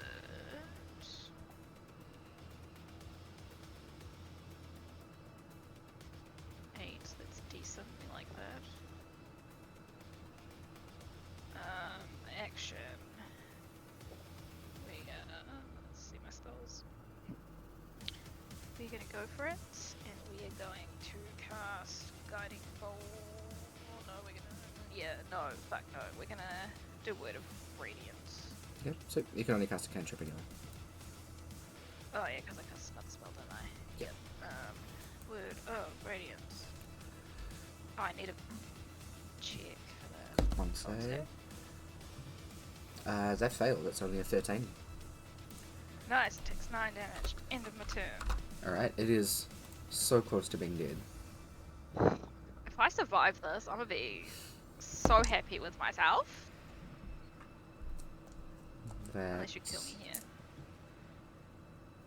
There's a 16 to hit. Oh, that hurts. There's 4 damage. Okay.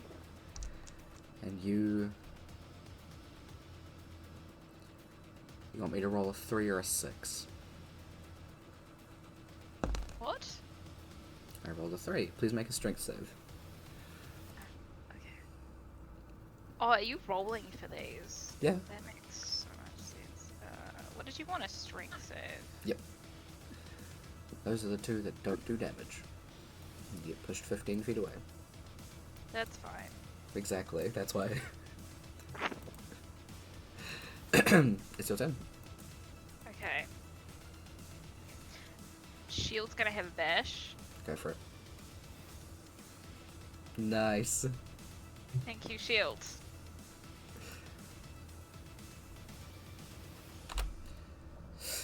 How do you want to kill it? Right through the fucking major eyeball. Right in there. Just Yeah. the tip of the shield just right into its eyeball. Thank you. Or on So the back of its skull. what it Anywhere. does is from the back, because it's facing you, is because of the size of the shield and the size of this thing's fucking eye, it just like goes through its eye, and its eye just like boop, and like rolls on the ground. So it's just like a big hole where the eye used to be. It hits the ground. Thank God. I don't know how I survived that. And as you are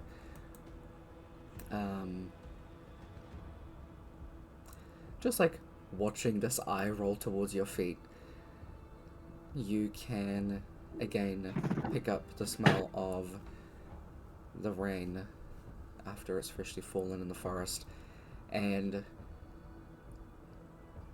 know that finally it's time to get out of here. You close your eyes and will yourself back into your body. I'm just imagining the boys just sitting there being like, why are we still here?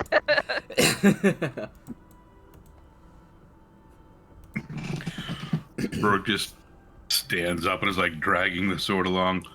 Mora, It's time to wake it's up. time to go. It's time to go. Amazing. No. You all wake up. Will come to your bodies, and Amora, you wake up in the middle. I will retract and go back and do this for Elias because I forgot to, because things. But you remember how to be cleric. Fully this time. You recall your things about yourself that you've forgotten. Like things that you hold dear to yourself, as well as your religion and just you as a person. You learn your personality, ideals, bonds, and flaws. That you're tolerant of other faiths and respect and worship other gods. Respect the worship, sorry. That apparently nothing can shake your optimistic attitude.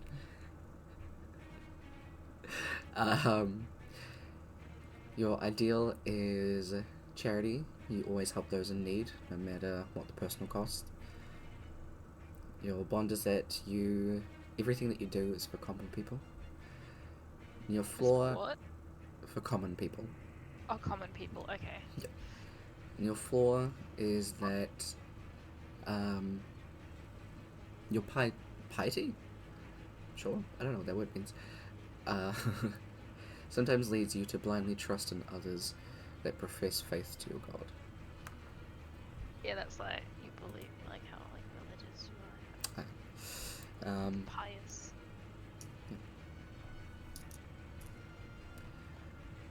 Cool. And then all of your things that I'll put into your sheet. As well as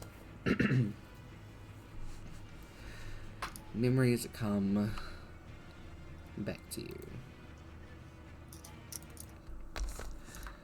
You have memories of meeting Brooke for the first time, coming home from the orphanage and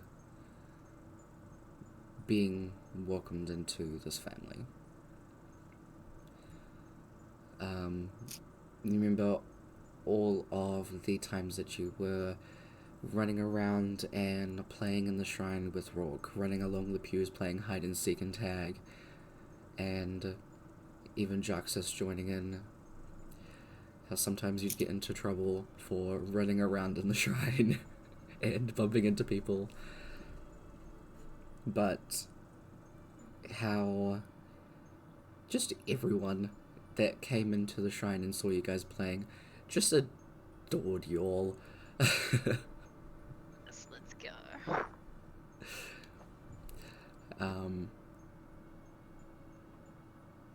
How close you got to many of the people in the town of Kinalan.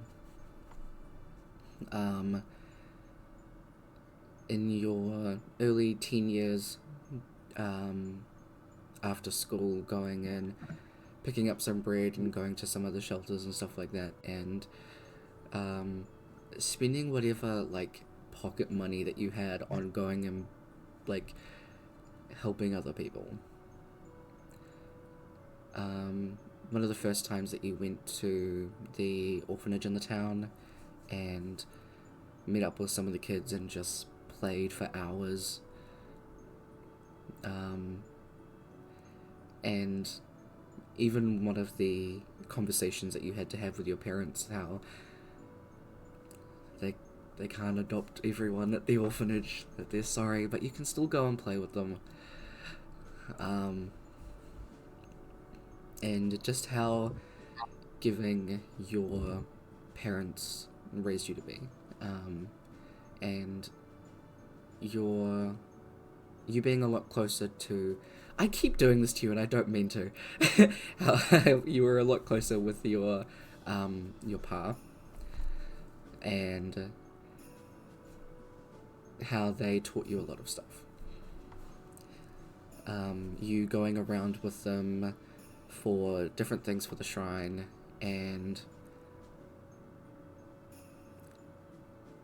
even some of the like smaller scale adventures that you went on with Rourke when he became when you're starting out as an adventurer, because you two wanted to do everything together. And then kind of learning that it wasn't really your vibe because it was hurting people and you wanted to try and save everyone, and there are some people that just couldn't. So kind of deciding that wasn't for you and deciding to become an acolyte.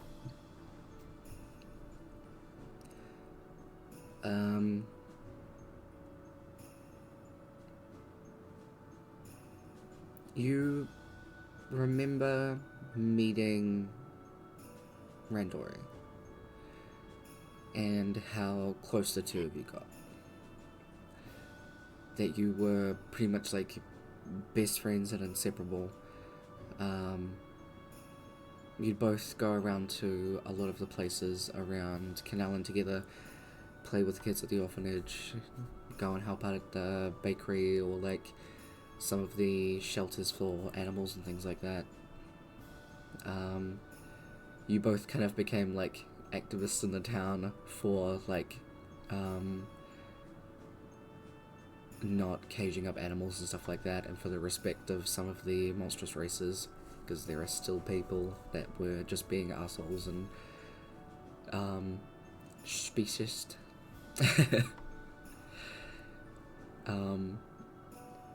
You and Randori just being like in your mid-teens and going around and doing a bunch of stuff. You remember when... Sorry, you don't remember when, but they just kind of appeared. Is Jeff. You don't remember how you met Jeff, but he was just kind of ended up there. Between the three of you, and then all three of you started doing stuff together as well.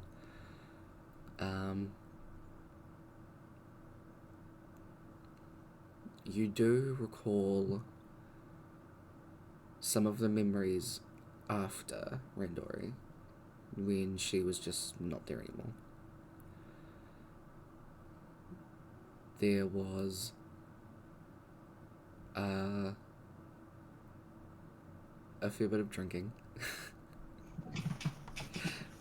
a lot of not staying at home and avoiding the shrine, avoiding your parents, trying to avoid Rourke and Jaxus, but they always ended up popping up out of nowhere.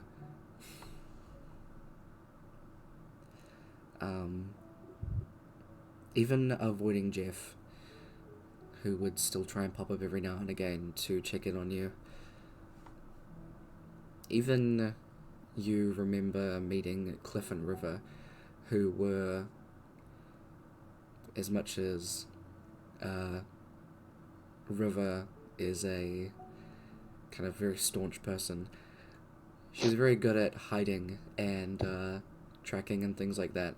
So she had a lot of play in helping find you, and just every now and again you'd hear like a twig snap or something, and you'd know that Rourke and Jaxus would be right around the corner because River had found you.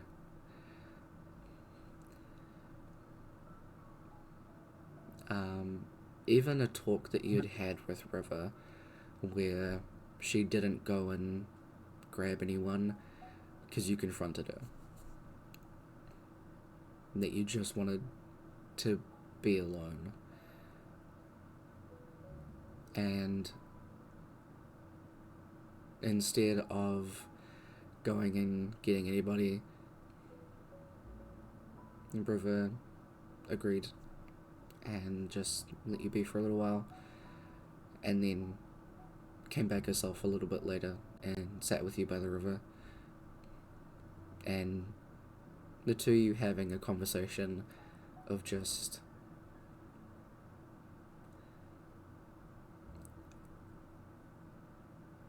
things about the deity of love and the love shrine, and how you had put everything into that and it became everything that you were, and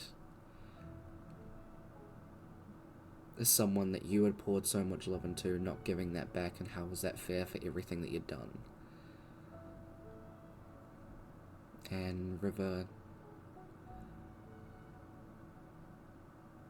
pretty much saying, I know it can be blunt, but some people are just assholes and aren't worth it. You're a good person, Amora. Some people just fucking suck.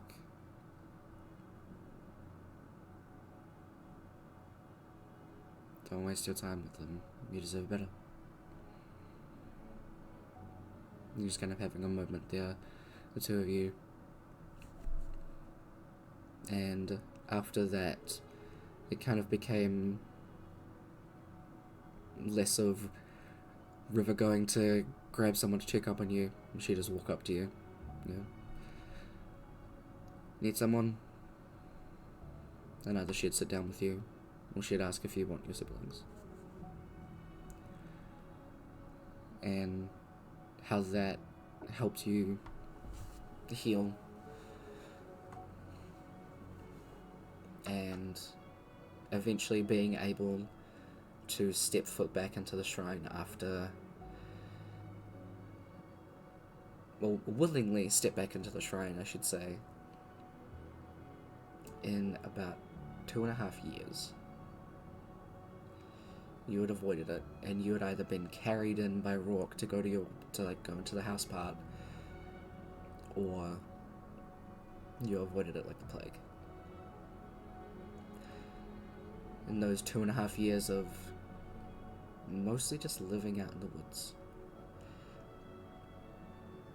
kind of only having contact with those people closest to you, and you had to reintroduce yourself back into the community,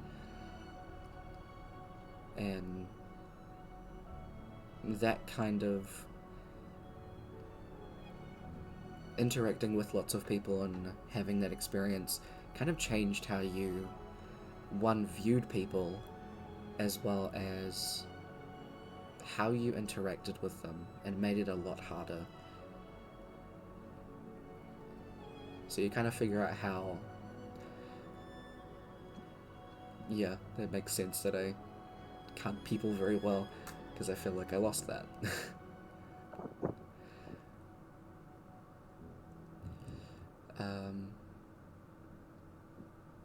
your family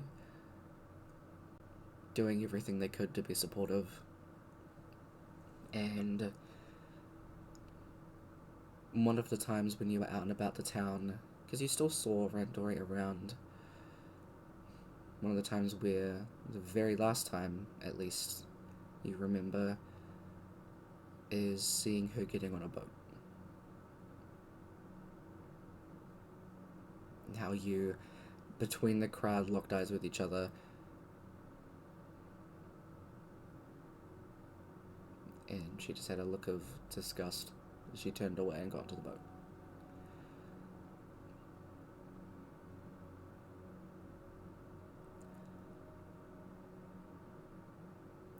Are there any other memories that you can think of that would come up for more?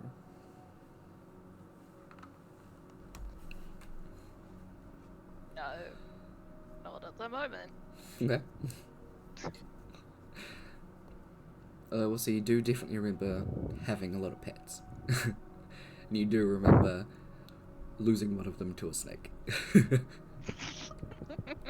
And how very, very interesting that was in the family dynamic of pet having. How very quickly it changed.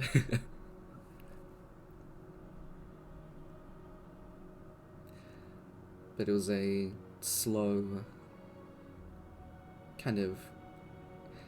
It was a fast decline, but a very slow incline afterwards. That, through the people closest to you showing you love, is how you were able to connect back with it. Because for a good while, you remember yourself just feeling angry and nothing but hate. Like everything was just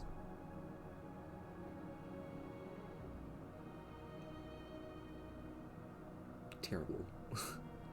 And no one deserved anything.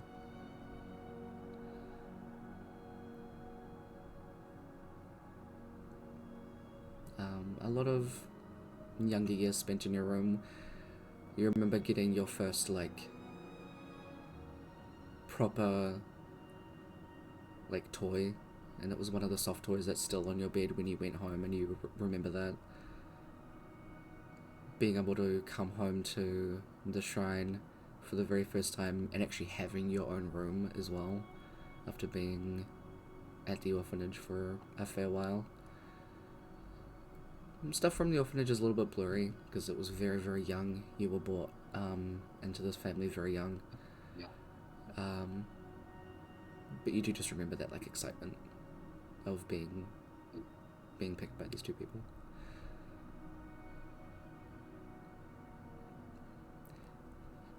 Going into school and having people ask you, like, why is your family weird? They're not weird, just mine. And that's cool. People not really understanding that. How are you two twins? You don't look the same. So?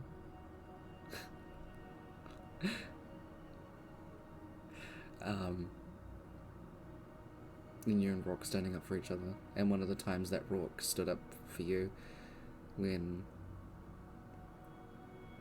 people were just being rude about your family. As well as a time that Rourke kind of became like the shrine bouncer. Because when not really religion was revoked, but when people stopped hearing from the deities, which was kind of around the entire time that you were there, a lot of people being really terrible about it, and there were a lot of defacings and stuff like that on the shrines.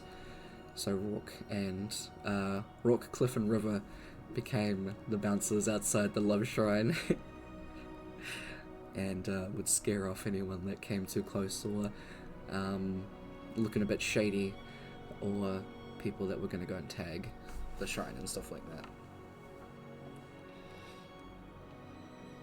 Sure. all of those memories come back. And it's kind of nice to feel like you have the whole picture now. It puts a lot of things together for you.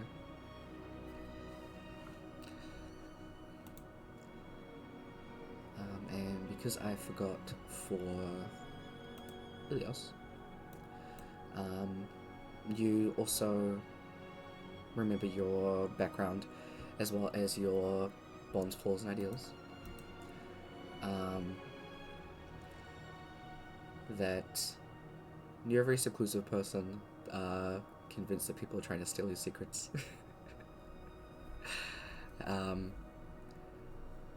That you have read a ton of books and very much like to boast about having read every book in the world's greatest library. Or at least boast that you have. Your ideals is that you're working on yourself, so self-improvement. That the goal in your life is to study for the betterment of yourself. Bond is that you've been searching your whole life to an answer for a certain question. That question being whatever you decide to be. And a flaw being unlocking an ancient mystery is worth the price of civilization. So there's a lot of stuff that you want to work out. So all of that stuff for the both of you will be copied into your character sheet.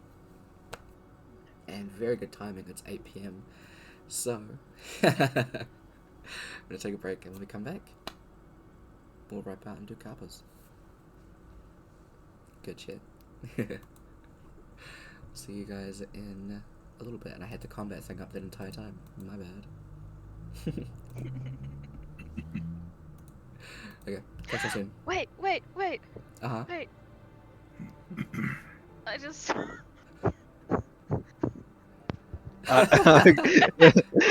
Oh my god. Amazing. I got my ex-partner that one.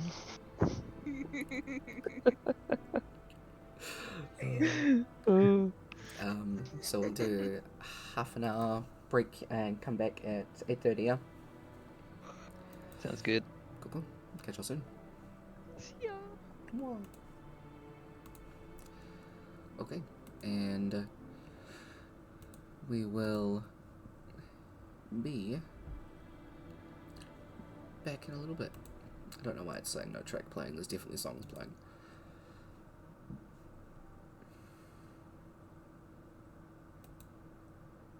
I realize that probably hasn't been playing this entire time. Apologies for that, y'all.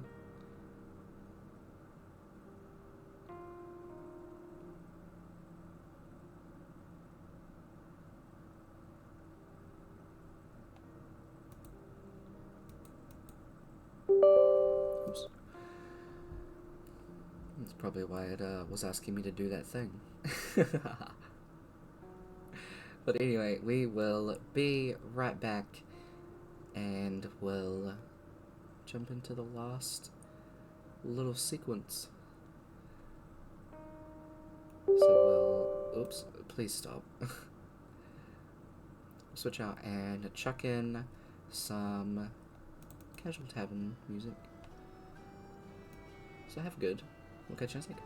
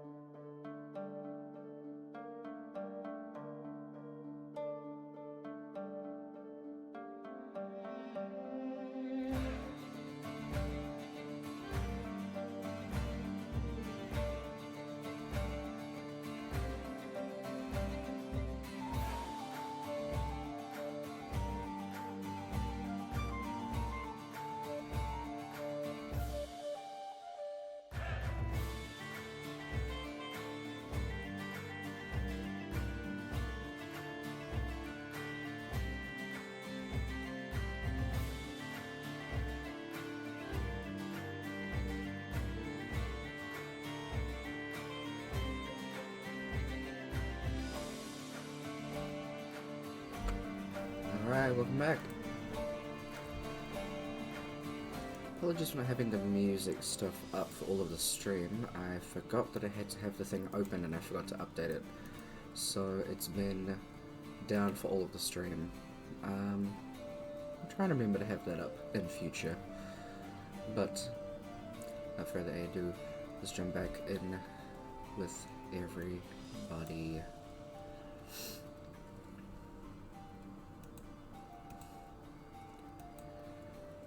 Okay, hello.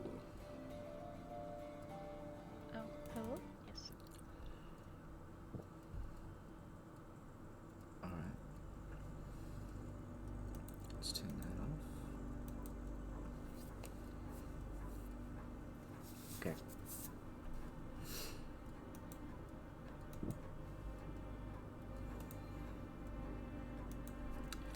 So, last but not least, is cover. Once everybody has a bit of a snack, has a breather, let's Amora just kind of process for a couple of minutes. Everybody gets ready for the last ritual casting.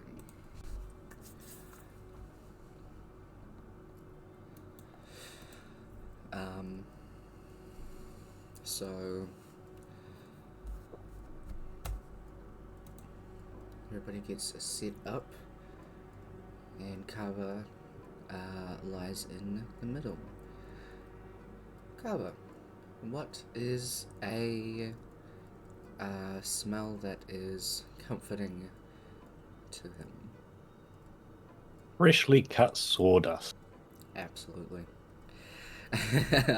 I thought I'd still ask.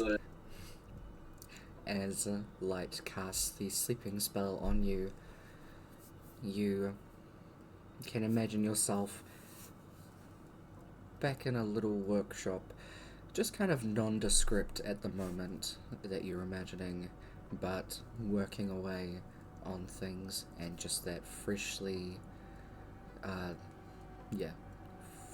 sawed Dust. yeah. I was trying to figure out how else to say that. I was like, nope, it's not coming to me. Freshly sawed dust. As you lull into sleep. For the final casting, Amora, you are connected to the hematite.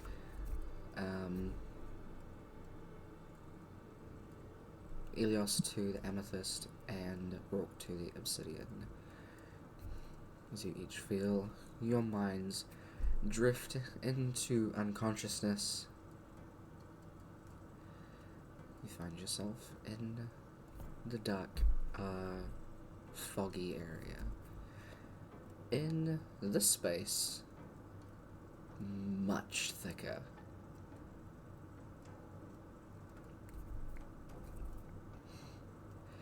Everybody make a perception check with disadvantage,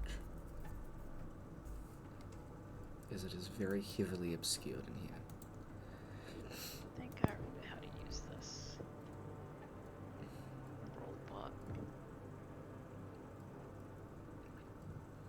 I got an 18.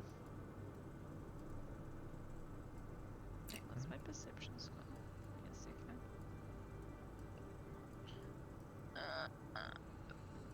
4, that makes I rolled a nat 20 and an 18. Damn. 13. You're the one that's got all of Brooke's numbers to. Mm-hmm. You're all stealing all of my rolls. It's the new dice. We'll blame the new dice. Absolutely. They're so My new dice hate frickin'. me. They're so cool. This one, when you put light in it, you can actually see through it. Why would you do that to it? Because it looks cool. She's bright. Fair.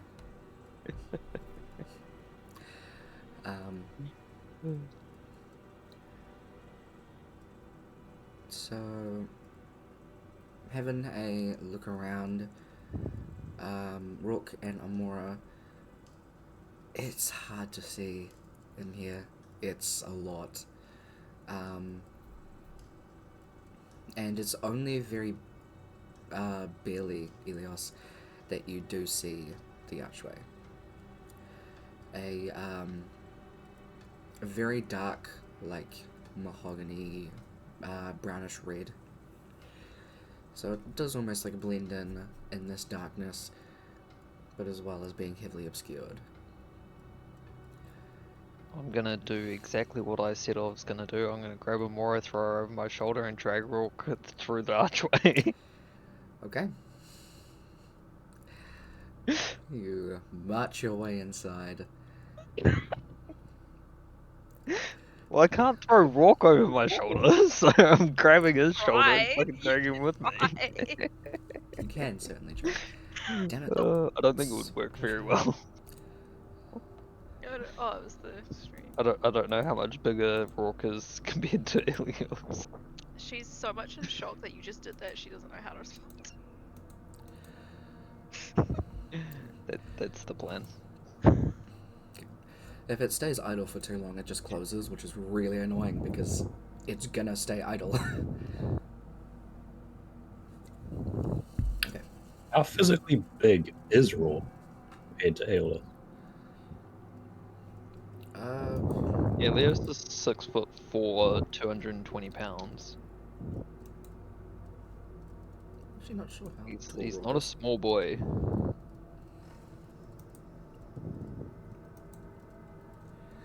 I don't know how much that is. It's in inches. What is it? Is that 70 or 78, Kev, for Rourke?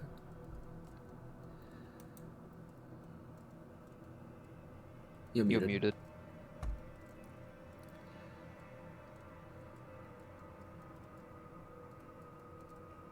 Is he still muted? Discord muted. Discord. So 6.5 feet, I think. I would think he would be bigger than that. Here we go. Yeah, Rourke's like 7.5 feet tall. Yeah. So yeah, about a foot taller than Elios. Wait, Yeah. how tall's Kaba? Kaba's really short. I don't think I actually gave my height. Make that up now. Hey. I don't think I have heights down, but I'm more like 5 foot. Pretty sure you have a height down for Amora. About, I put it down about 5 feet. somewhere, maybe, I don't know. Amora's 5'5". Oh, there we go. I did put it down somewhere. Yeah. Yeah. So Kaba I is legit heavy though. stand in between Amora and Rourke Yeah, literally. in height. Kaba's 5 foot tall. That is. And he's about twice Aeolus's weight. That sounds about right. I think I got my Shit. weight a bit mixed up, but I'm sticking with it. 220 pounds. It's Carrying the weight of all the world's puns on my shoulder. Yeah, fair enough.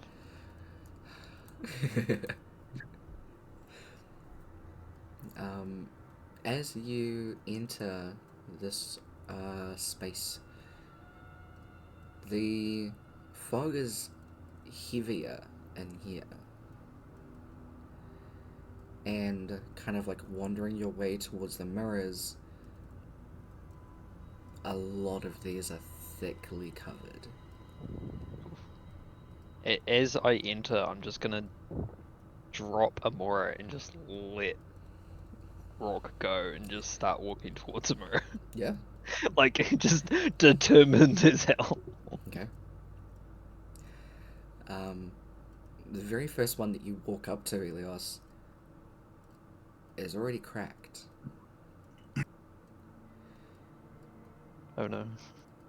As you look across on either side, the one on your left is fully intact. The one on your right is cracked as well.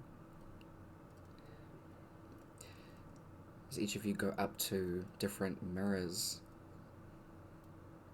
some of them are okay.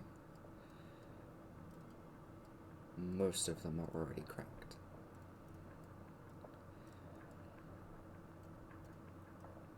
The DC for cleaning these is the same DC as the third one that each of you rolled, so a harder DC. You can choose to not try and clean the broken mirror, any of the broken ones at all, or you can try to. Otherwise, you only make 2 rolls.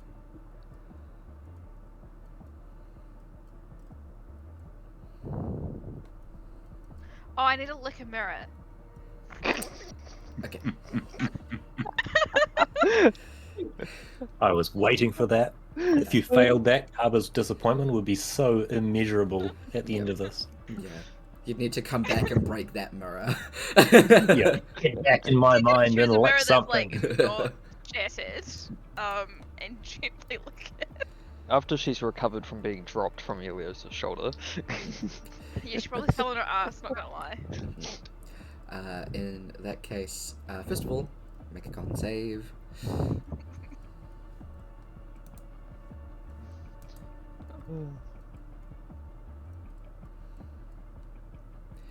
Amora is poisoned. Oh no. Also, This one.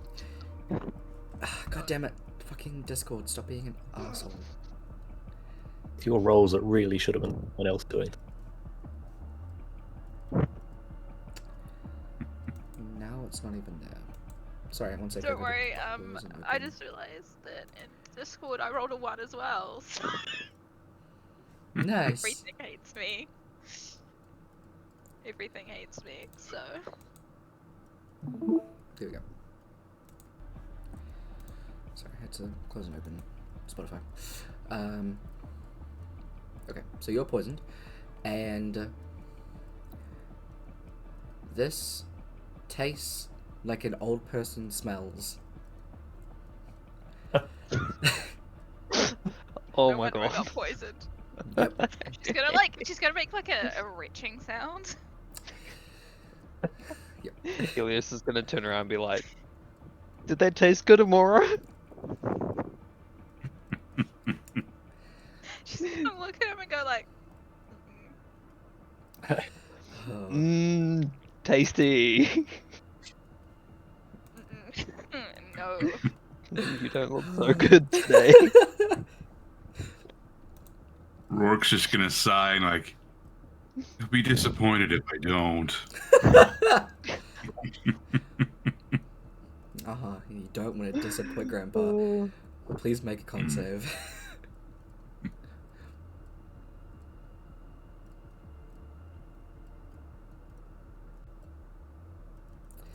Are we both poisoned in here? You're not both poisoned, but it... But it's close. Yeah, I know, well, it was close, actually. Like I said, tastes like an old person smells. Elios being the smart one out of the lot, he ain't gonna do it. Okay. So, my question to each of you is, Amora, are you going to clean 2 or 3 mirrors? 2. Okay. 2. Considering rolls. Okay. Elios, 2 or 3? I'm gonna go 3. Okay. Rourke, 2 or 3? Can we help each other Yes. for like advantage on a roll? Why did we not think about this before? Yeah, absolutely. Can we just all do it as a group? You will Fuck it. clean... It will take longer. So there is a... Because you only have until the incense stick burns out. That's Okay, right. Yeah. yeah. So there is a time limit on What this. about that? Yeah. Yeah. But, how do you want to do it? Do you want to help with all of them, or do you want to do 2 and then help someone with a 3rd one?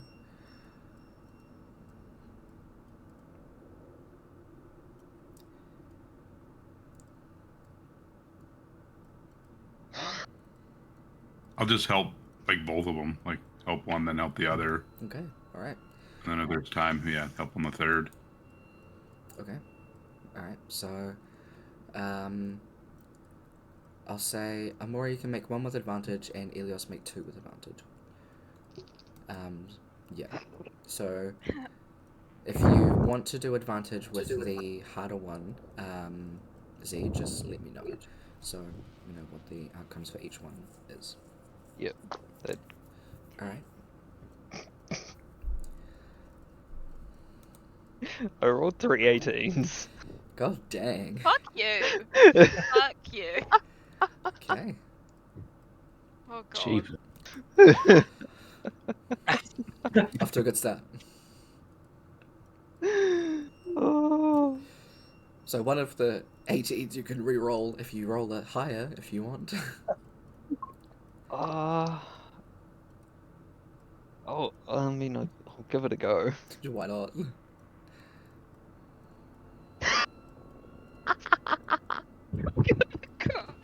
It's a net 20!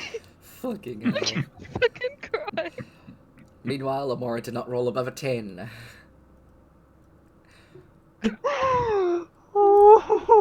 So, you do have an inspiration point given to you from Kev. Yeah, from Kev. So, would you like to use it? So, at the moment, you have an 8 and a 6. Okay.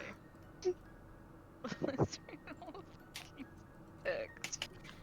Okay. Oh my god. Oh my god! Okay! So, we got 2 natural 20s. I have 1 more inspiration. Hell yeah.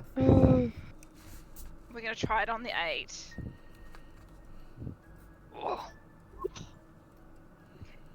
Okay. Finally. Better than an 8. Better than an 8. Alright.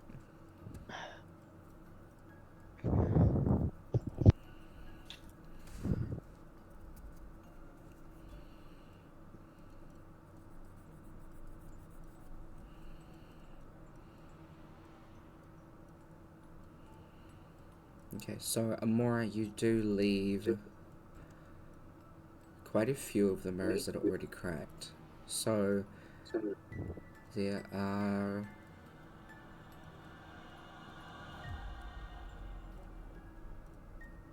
about 16 in here. And with Rock's help,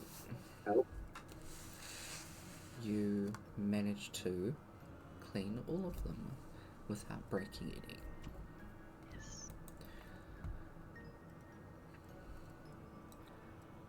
And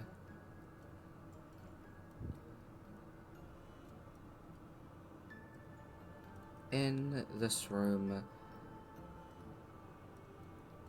even with all of the cracked mirrors and things like that, and the ones that you do manage to clean, as you all kind of finish up, you still hear one shatter.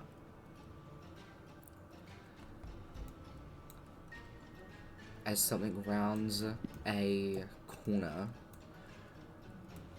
and starts to run at you. As soon as the shattering sound happens, before we, like, just as soon as it happens, Elias is gonna yell out, "Wasn't me! Wasn't me!" Fair enough.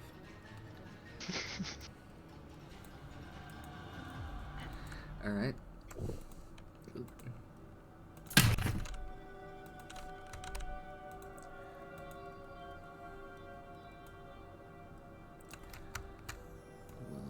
Select all out.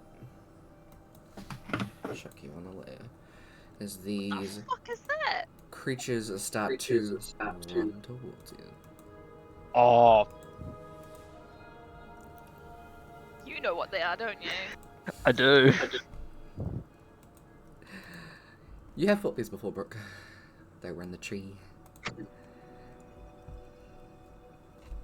Tyler, That narrows it down to like the entire They monster were in manual, the tree, doesn't then it? I It feel does. like they're not a good time, okay? Oh yeah, anything to do with the tree is a bad time.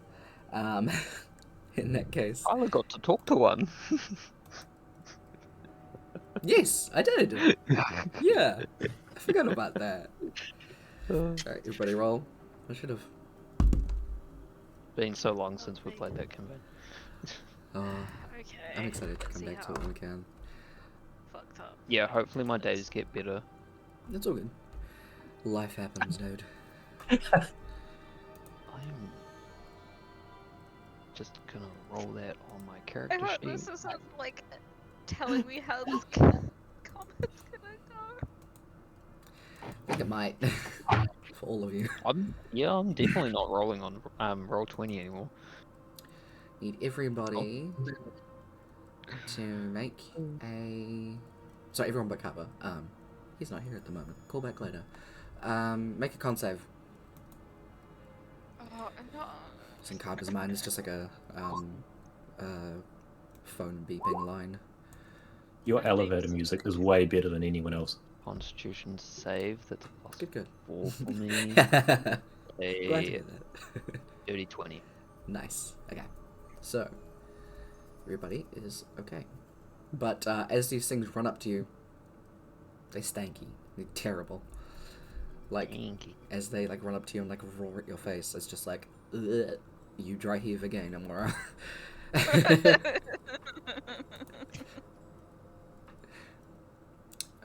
So they go first. I guess Amora.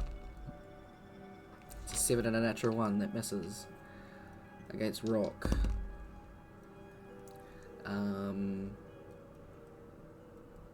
Where's the button? Not button. Numbers. 12 will miss. The other one definitely misses. That misses as well. It hits Elios. Does a 15 also hit Elios? Yeah. Okay, so they both hit only Elios. Just apparently fuck you in particular, I'm sorry. Yeah.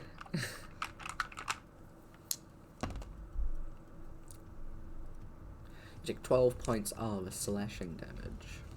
12 points. Cool. Yeah. I can survive that.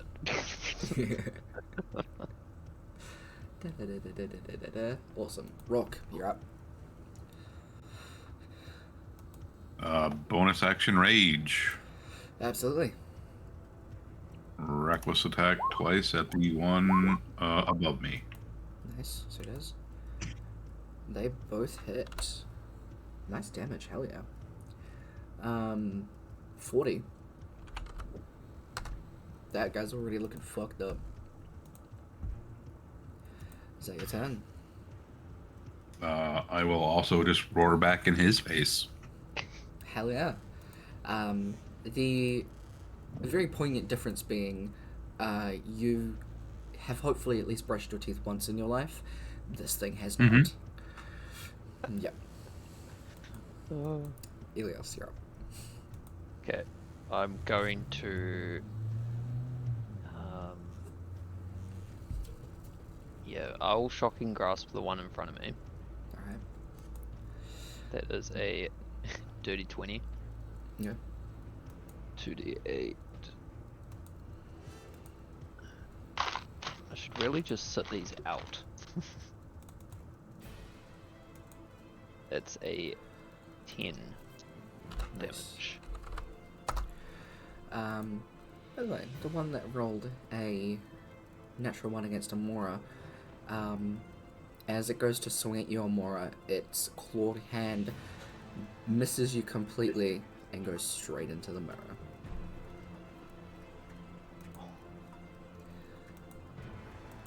Amora, sorry. Was it That me? was a quicken spell, so I get another attack. Oh, hell yeah, go for it. I'm gonna set up Cloud of Daggers on the one next to Amora Hell yeah. Okay. at 3rd level. Nice, so take. Cool. That's your turn, yeah? Yep, that's my turn. Awesome. Amara, you'll go. Disengaging takes an action, right? Like it takes over your action. Correct. Okay, as my bonus action, I want to cast Shield of Faith on Elios, which just gives him a +2 to his AC. Alright. For 10 minutes. Awesome. Is that a concentration spell? Not abjuration. No, does it say Right. concentration? Yes, sorry. No, you're alright. Brain. It's been a long day. You're alright. And then I'm gonna disengage, and I'm pretty sure that's enough. Yeah, 25 feet. Hell yeah. And go stand here. Nice. And that'll be the end of my turn. Alright. Before we go back there, Kaba.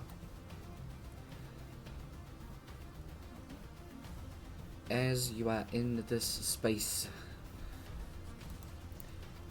the fog is only ever so slightly a bit less in here, so it's a little bit easier to see.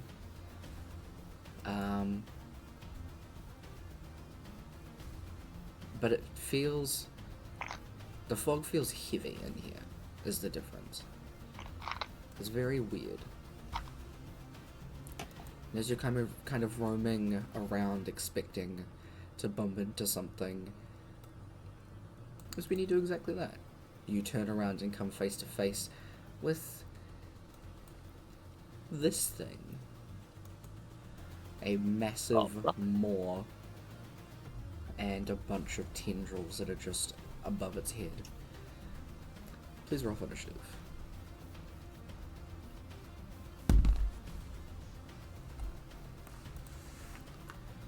Nice. I'm just going to remove you from the initiative and write it down so it doesn't do things. So, you are going first.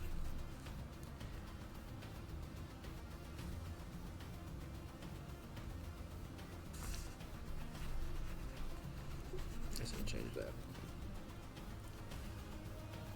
Cool. Alright. Set up Blade Song and Blur and pass turn. Hell yeah. So, Inhale. awesome.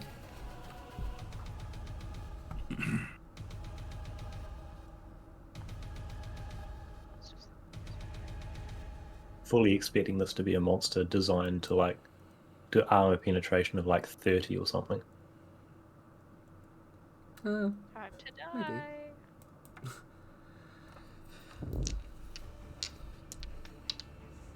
Right, with disadvantage. So it's that. Cool.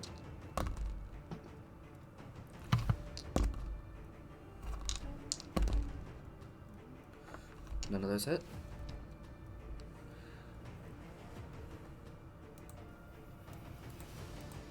Back to these guys.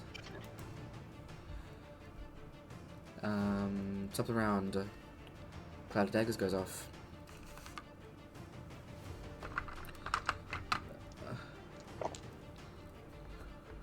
4, 8, 12, 14, 16, 20. 20, nice. Alright. Gets rained on, and then moves back over to Amara.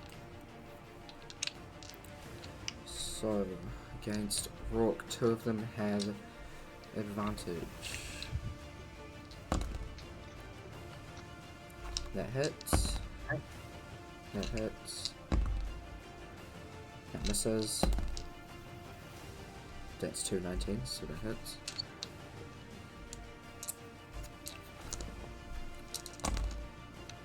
That's cocked. Please roll. You take 10, half to 5.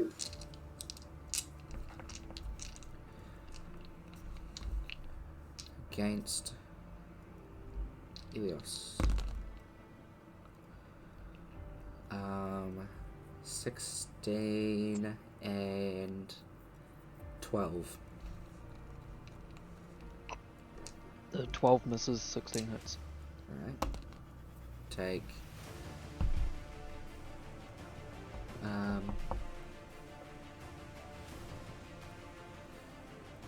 8 points of damage.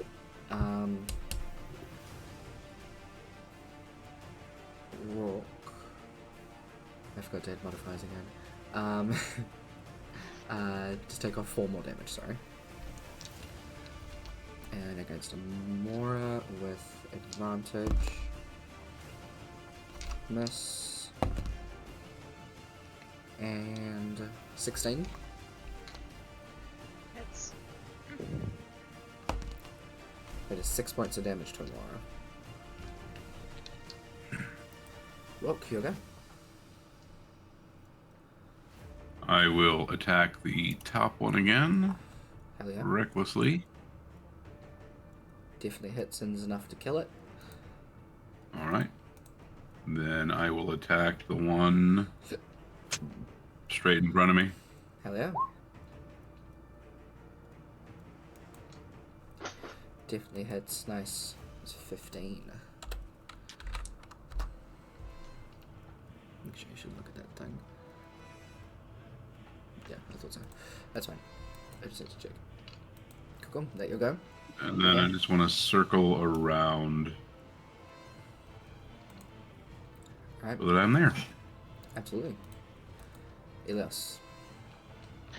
I'm going to quicken spell Shocking Grasp for the one in front of me. Hell yeah. It's a 9, that is a 23, Definitely hits. and that's 12 points of damage. Nice. And then I'm going to recast Cloud of Daggers for the one next to Amora. Alright, hell yeah. Stay at level 2. Cool. There you go. Yep, it's my turn. Hell yeah. Mara, you're up. bonus action. Spiritual repair. Here.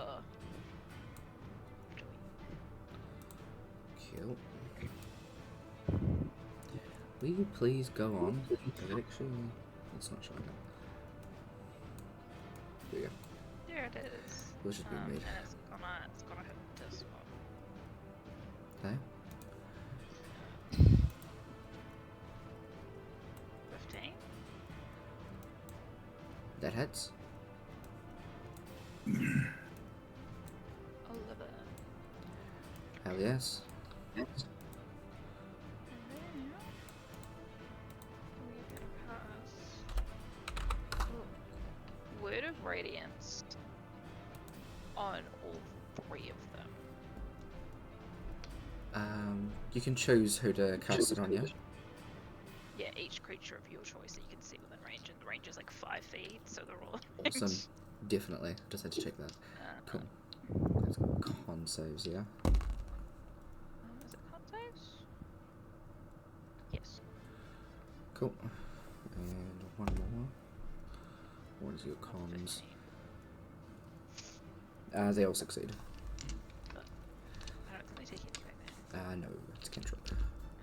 Still, very good spell to use right now. Alright, is that your turn? That's it. Yeah. Cool.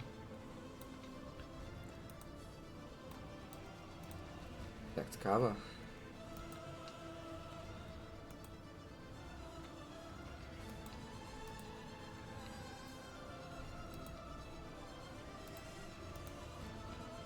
They both Hits hit. with the axe. Nice, nice.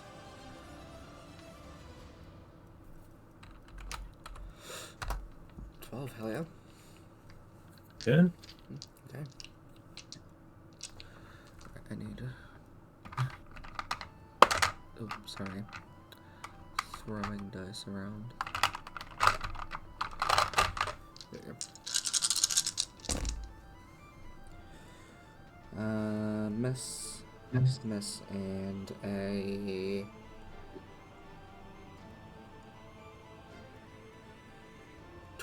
22. Meeting it would pass it, right? Yes, that's right. So level 1 shield Alright, so is a reaction.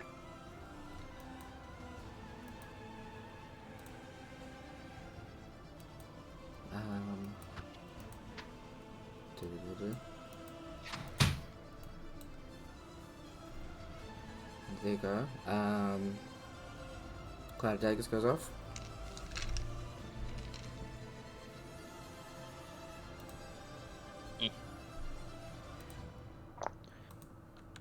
4, 8, 12, 14. Nice. So close to max damage. Yeah.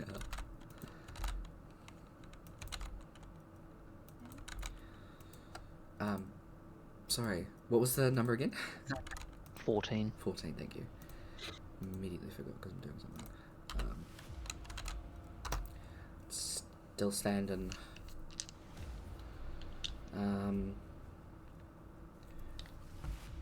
One against each of you. So Rourke with advantage. 12, I believe it misses Rourke. Yeah. Correct. Awesome. Elios. Amora. Mrs. Elios and is a 23 for Amora. Of course it is. That's 8 damage. Oops.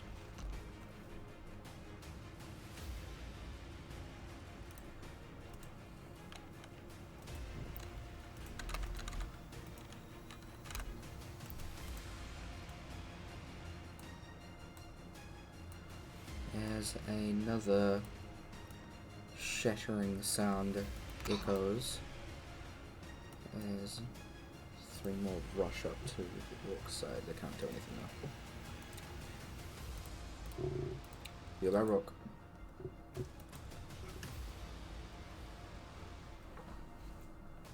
Well, I will attack that same one I had. Now to my right. Mm-hmm. Recklessly. Nice. 1, 13. And that is definitely enough to kill it on the second blow.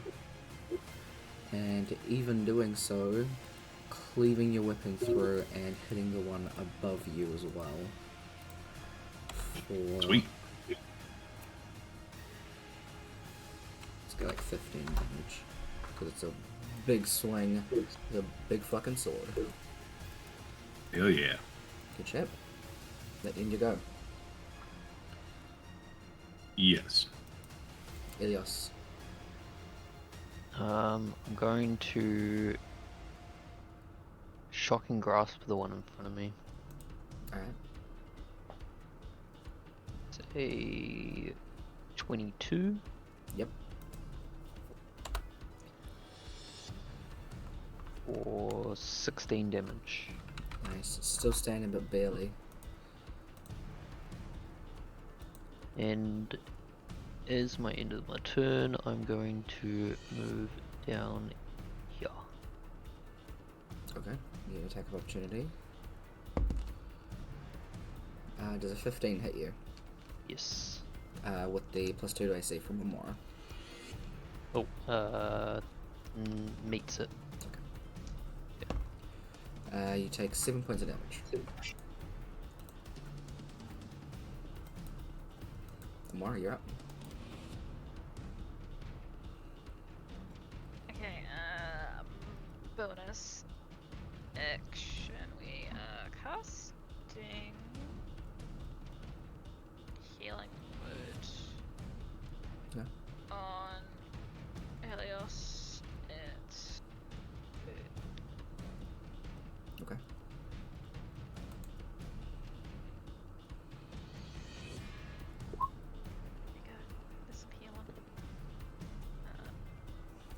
and then I'm going to try. Oh, I did a spell, so I can't do another spell. I'm gonna just try and hit this one. The sickle. Go.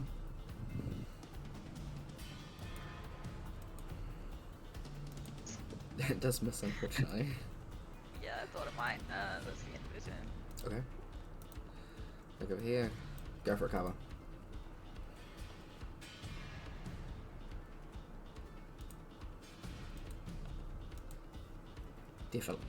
Definitely hits. Excuse me, sorry. Another 10. Nice. Let's go with the dice now. Roll there. Cool.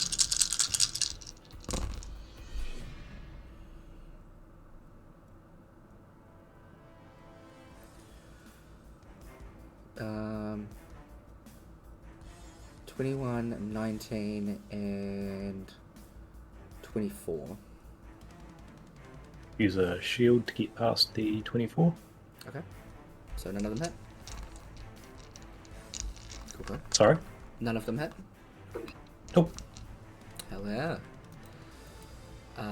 We'll do another round in here. Go for it.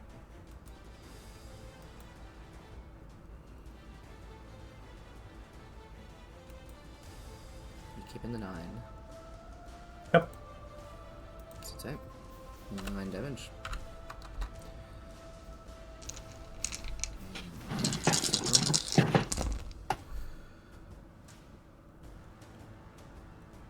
Yep, there's almost not above a 10. This is such an easy to do fight. I mean, it will take a while, but it's just simple.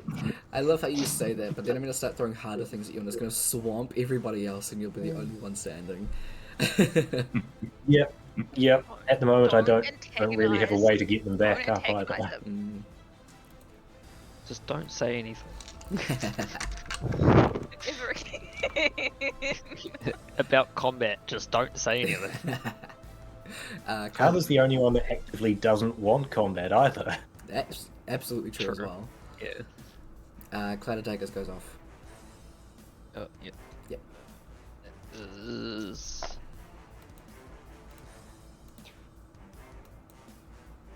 4, 8, 11, 14. 14 damage again. Nice, that's enough to kill this guy in here. Yay. So it's like, okay. So that is 1 against tomorrow. Non-natural 20 and 15.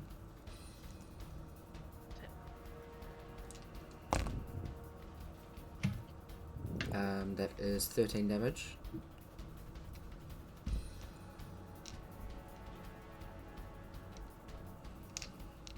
And there are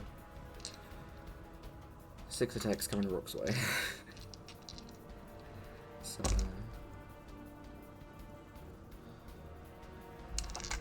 that'll hit.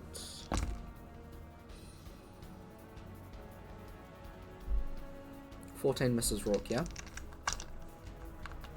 No, 14 hits. Yeah, those hit. And only one of the last ones hit, so that's 5. Oh, Christ.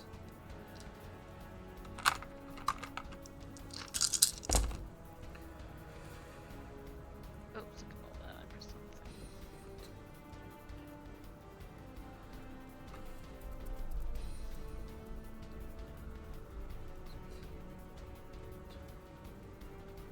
Uh, 29 halved to 15.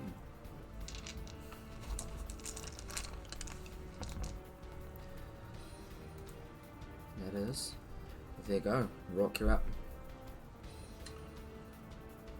All right. Well, my magma markings Hell yes. are lit up now. Nice. I will slash twice at the one above me.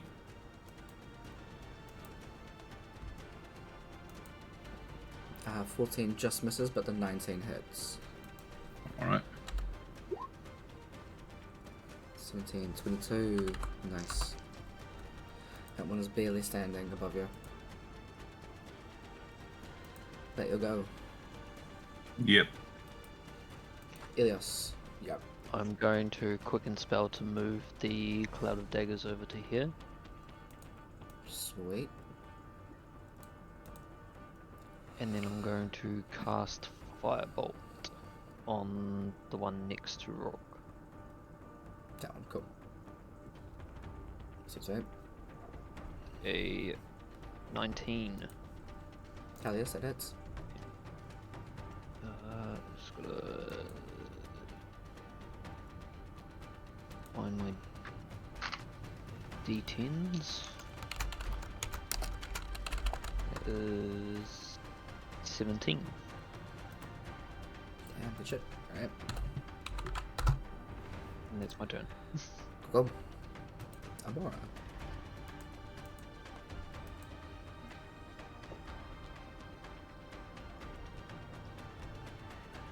Yeah, why not? Oh wait, I got my shield. I forgot about my shield. There's a bonus action. Can I make my shield hit this one? Sure can. Shield. Nice, that hits. 8. Hell yes. That's enough to kill that one there. Nice. Okay. Then I would like to cast Word of Radiance with this one. Hell yeah.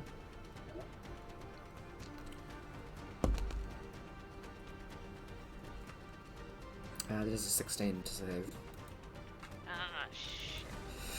Because I have good con, sorry. That does nothing. And then I'm just gonna like step up for this one. Just go there. Alright, sweet. That's it. Cover, go for it.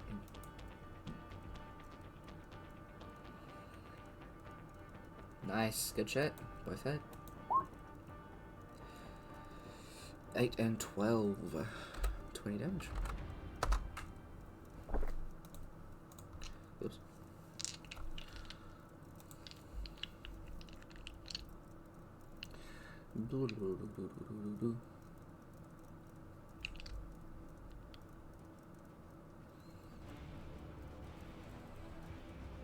Okay, go. Had to read a thing.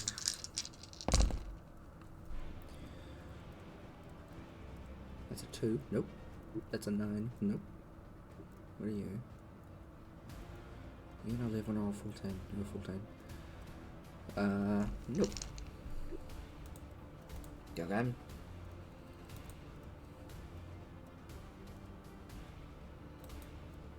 They both hit. Ow. Stupid insects. 11. Nice. I might actually work my way through my minutes worth of turn counter.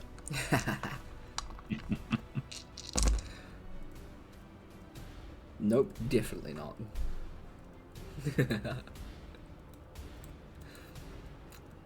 Clouded Daggers goes.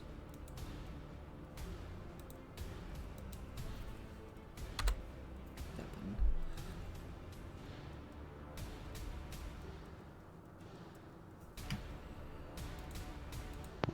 $15 damage.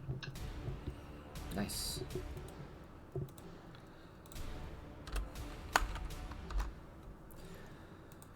Alright, so 2 against Rook, 1 against Amora.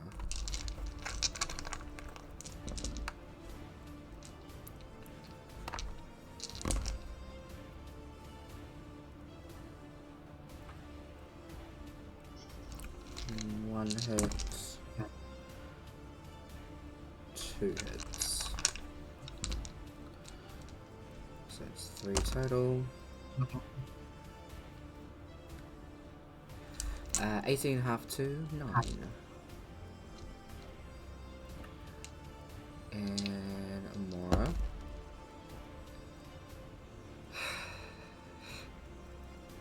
Did you just roll on that 20? Yes. And the other one hits too.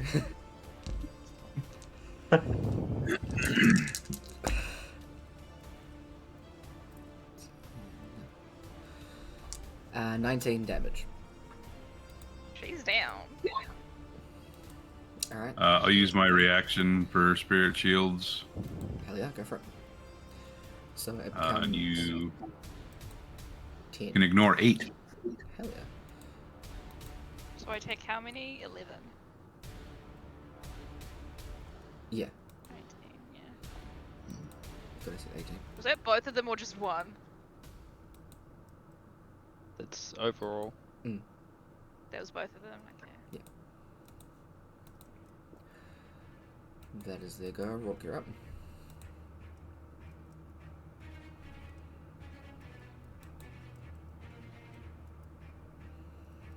Swing at the one I've been hitting. Awesome, that's enough to kill it.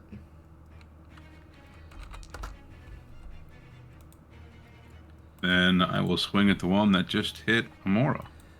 Hell yeah, that's this one I do. 21 definitely hits. 15. 20. Hell yeah.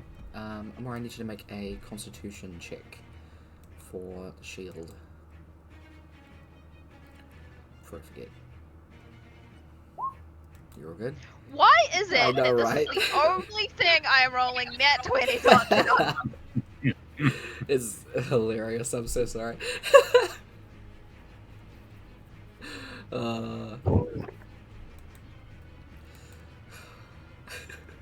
Is that the end of Fuck Rook's these turn? dice. Sorry.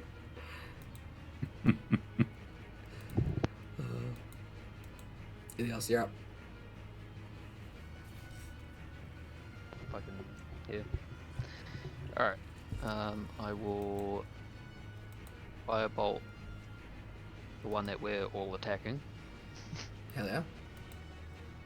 for a 26 Hell yes. and max damage of 20. Dang. Hell yeah. That was dead. Amara. There's one left. Oh, is it my turn? Yeah. Nice. Yeah. Oh, is that the only one left? Yes.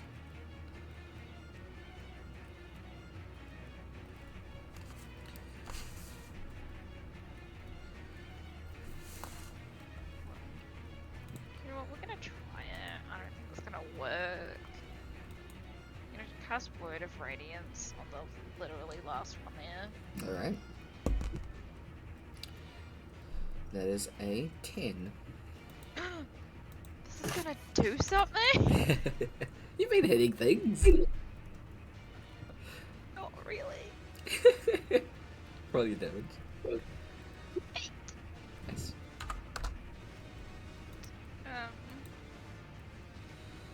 Bonus action, just down a healing potion that I seem to have. Sure.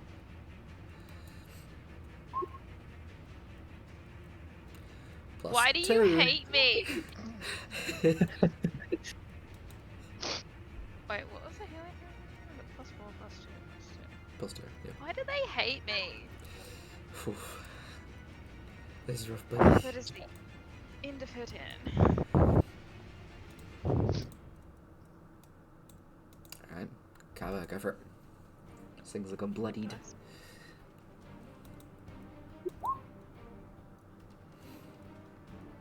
Damn.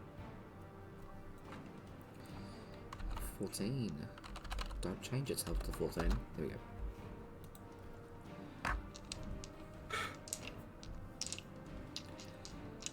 Just let me know when I'm not rolling with disadvantage. That'll miss, because those are 2s. And I rolled a 19 and a 20. So...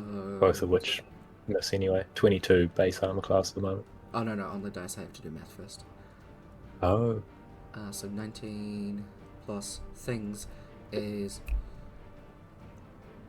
26. Shield? Alright. Go again.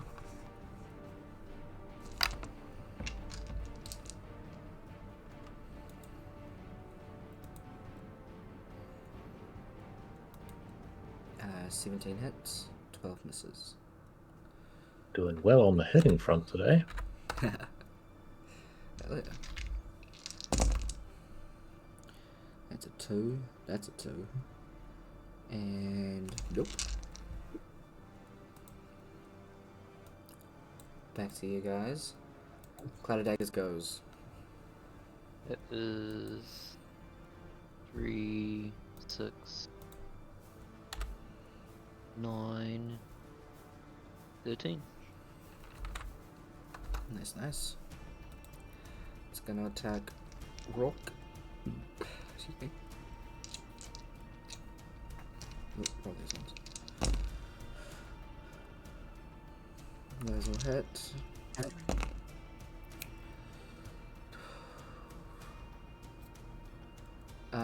18 half to 6. Yep. 6? 8.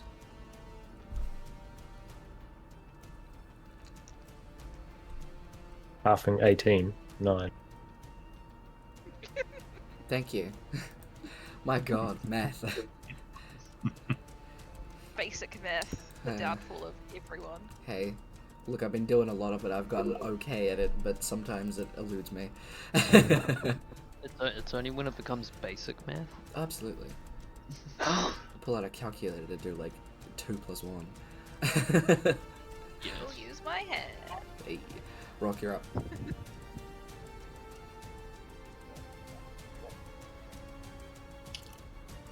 Attack the last one there.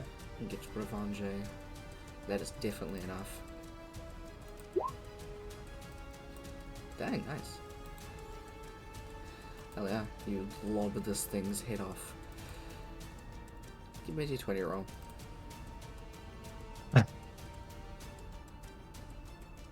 Good. So you lob its head off, it just goes up and then just hits the ground like 10 feet away from you. Not exactly a baseball home run, luckily. Got a lot of upswing. Mm-hmm. Yep. Hell yeah, you guys are safe.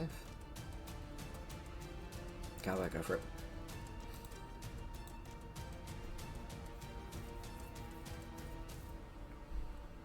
Definitely hit. Nice. 15.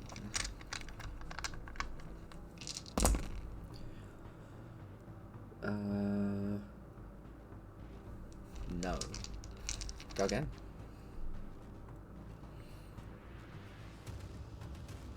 .24 hits. 8.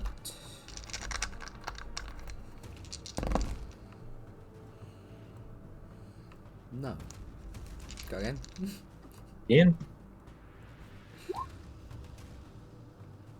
They both hit.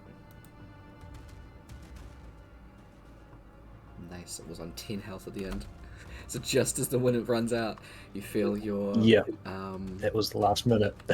Amazing. It's such good timing. As you feel the spell start to wear off just at the end there, you hit the creature last couple of times and it falls. To be fair, I could have refreshed it and gone for another 2 minutes. Oh, absolutely. Yeah. Hell yes. Alright. In this space, you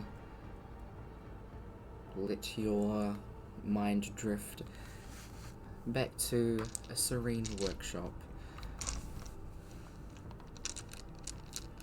that you can actually visualize now.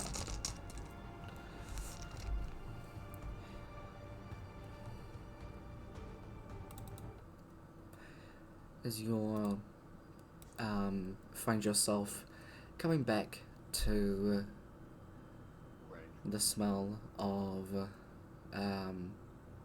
sawdust, I nearly said wood smoke.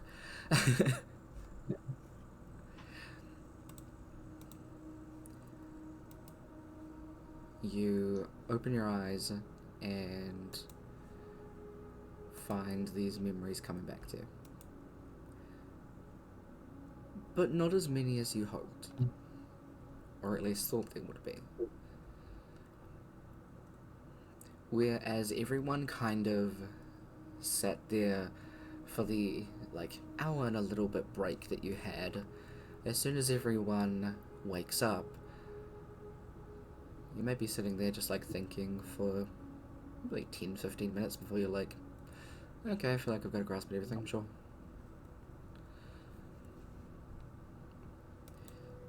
You know, I'm older than them. Maybe I've just adapted to life a little more.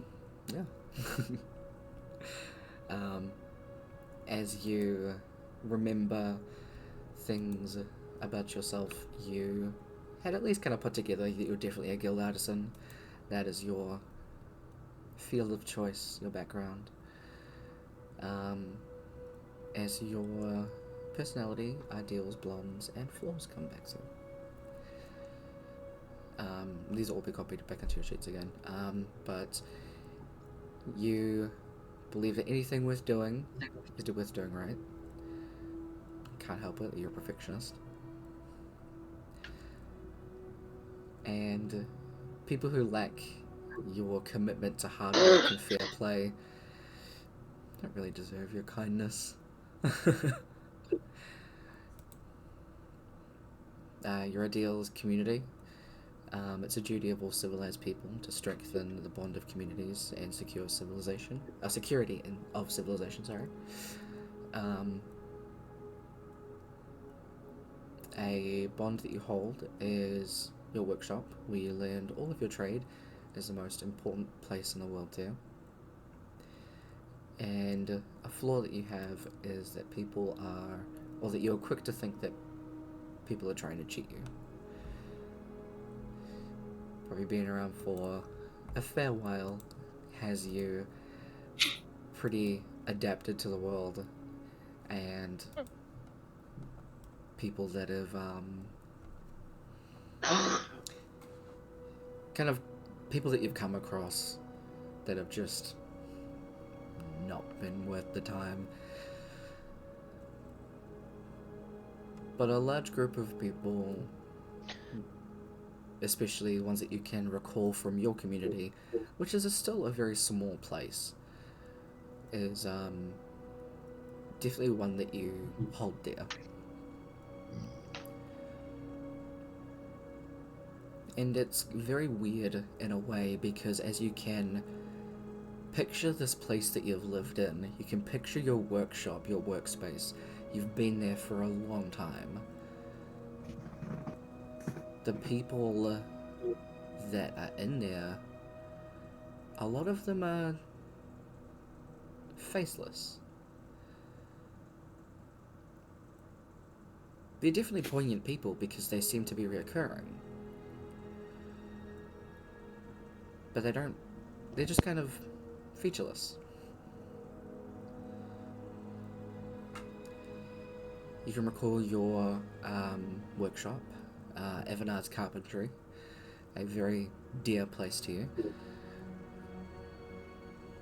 Kind of the morning routine of getting up and going into work.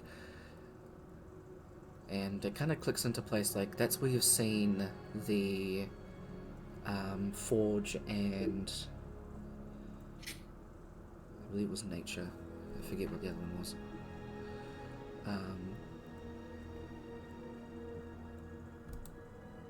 Sorry, Forge and Wildstorm symbols before. Is there are some that are actually hanging in the workshop. But you don't have any memories of, getting up and going to the shrines and stuff. It's just kind of a simple nod as you make your way past the door.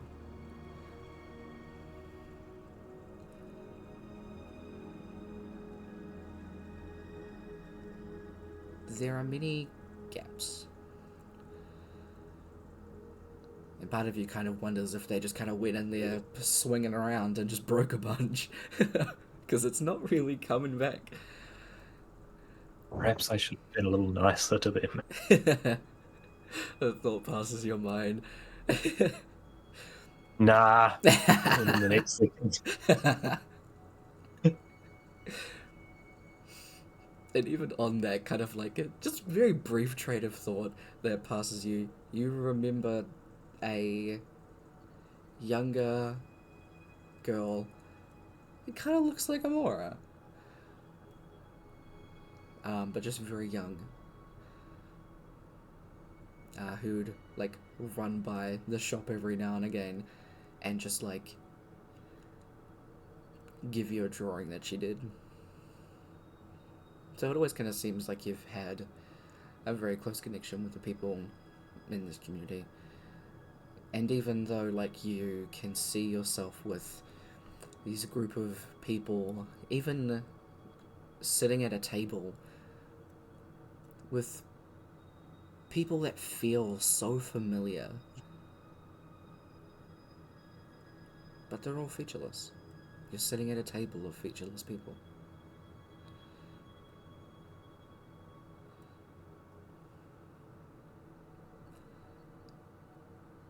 Even walking around the town, smiling and waving at people.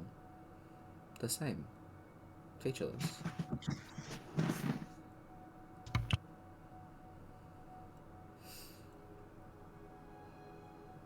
And it's still very strange. There's a large, like, library in a place that seems to be a home. And aside from the workshop, that's probably the second most place that you spend a lot of time.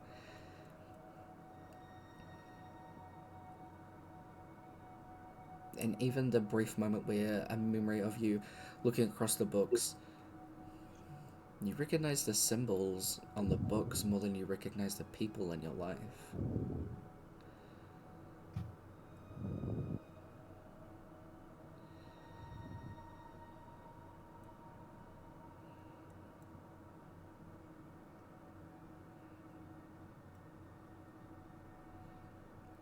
And everyone kind of comes to and gathers around.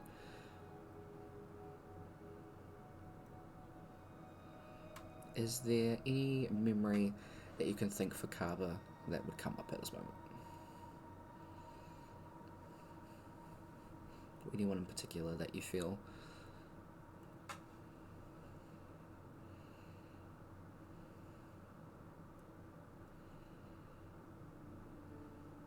Not really one particular one, just endless amounts of, working on the wood.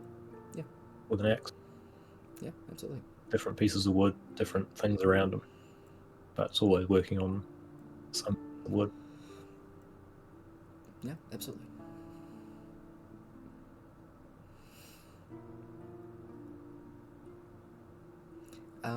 Do you feel like Kaba would be not really shaken, or I can't really find the right word at the moment, but like, I guess bothered by the fact that there are so many kind of gaps at this time? Would he be kind of spacey for the next little bit? It feels more natural that there is gaps. Okay.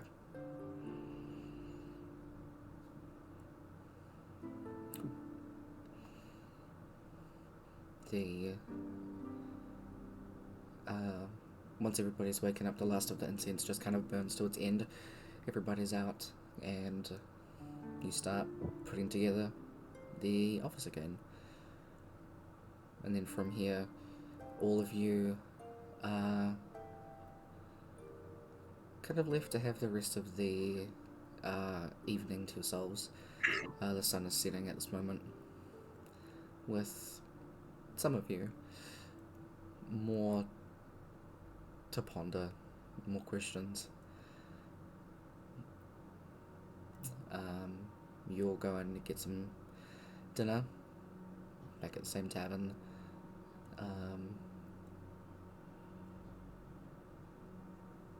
And is there anything else that anyone wants to do before any decision?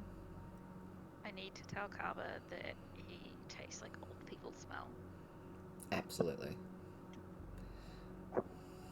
Amora, solidly appreciate you. I will buy your next sandwich. Thank you.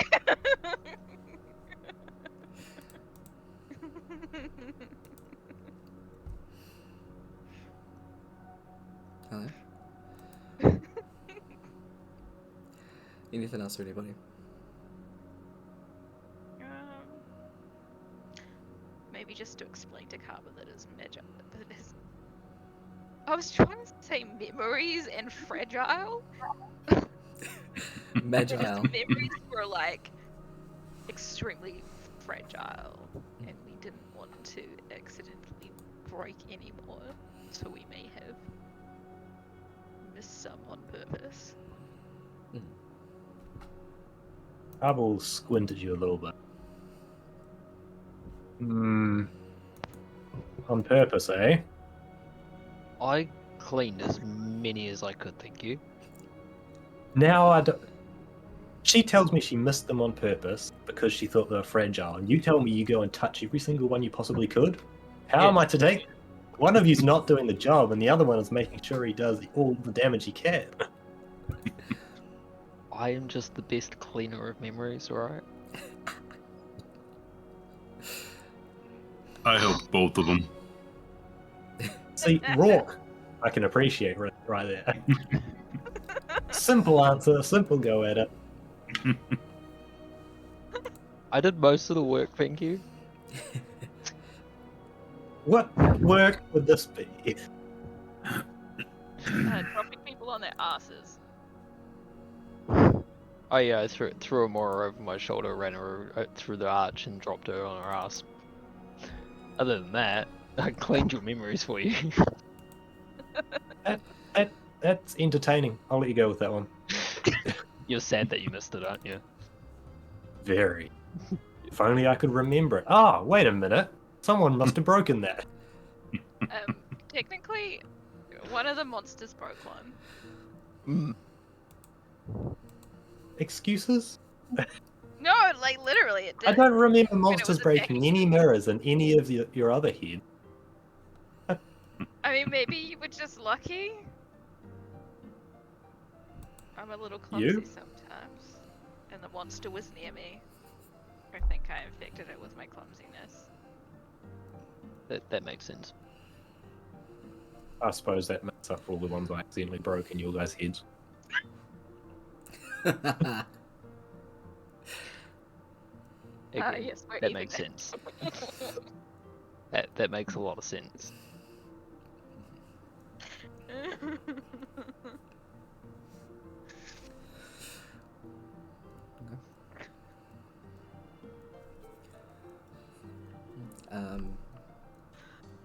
From here, each of you go to bed, ready to head off tomorrow to Tottenham.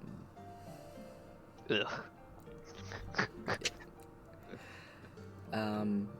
Helios to suffer. You'll love it. It's such a hot idea for us to go there. As soon as he gets on that boat, he's gonna just start taking off his cloak. He starts sulking in the corner. Yeah. Yeah. Start standing in Uses corners so cloak he'll get used to yeah. the hot air. Yep. Always finds the southernmost point of it. Yep. Go stands. Exactly. Amora. I'll just hold on to the boat and just stay in the water. This is drinking like a jet ski. Amora, you are in bed, about to go to sleep. You kind of find yourself thinking over a lot of the memories that have come back.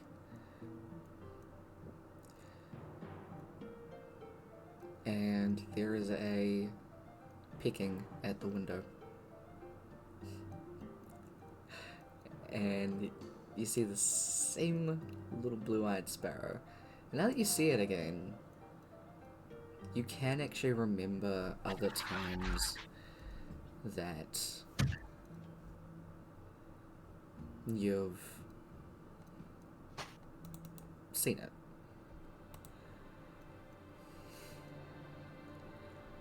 It's just kind of always been around this little bird, which makes you question things even more. Just turn over and go to sleep and ignore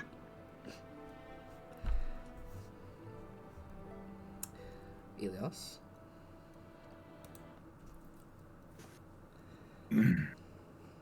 See a bird at the window. Get away from your own friend. Not If I quite. saw a bird at the window, I'd bloody zap it.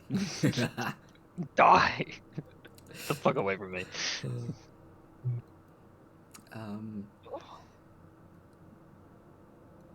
You stay awake, sitting in the tavern for a little bit. And, after a little while, kind of knowing that you're going to the north, and also that you're going to be away from home for quite a while, you take a midnight stroll through your hometown. Exactly.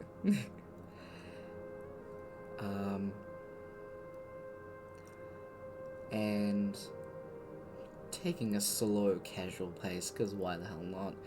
It's nice and cold out tonight, and you go back to the windmill.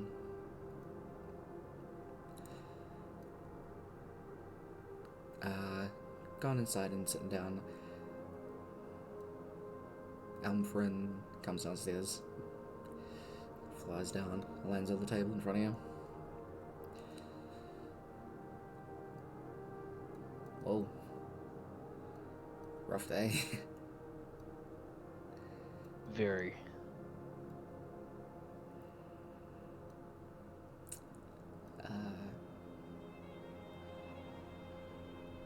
You're heading out tomorrow, yeah? Yep. A long trip up north to Tottenham. You know, despite it being north, it's one of the best libraries there. Can make use of it. I'll definitely pop in. Good.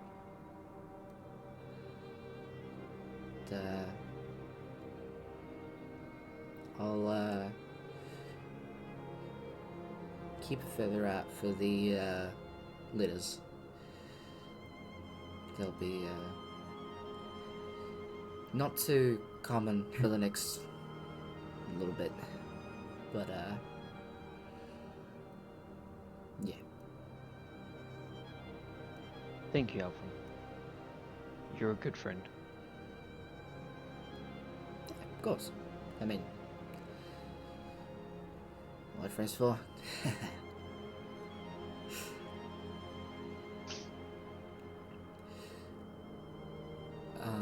You two just gonna have a conversation. Can be about whatever. Whether or not you tell Humphrey about today or anything. Yeah, I would probably inform him of what we were doing and like the fact that I've got most of my memories back. Yeah. Some of my memories back. Yeah. Alfred will actually bring up. You don't remember seeing the other mixed dragonborn, do you? I kind of do. Not vividly, but I definitely have a little bit of memory there.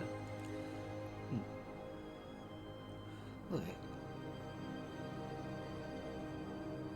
Kind of. Alfred goes into a bit of detail about some random stuff, about the research and everything that you guys have been doing, and even now you can picture the countless nights that the two of you have done this. Just staying awake until the sun comes up, and scouring over data and just books and everything. Especially when you first when you first found outside this facility, and you first moved into this space and immediately just made it your own with books and parchment everywhere.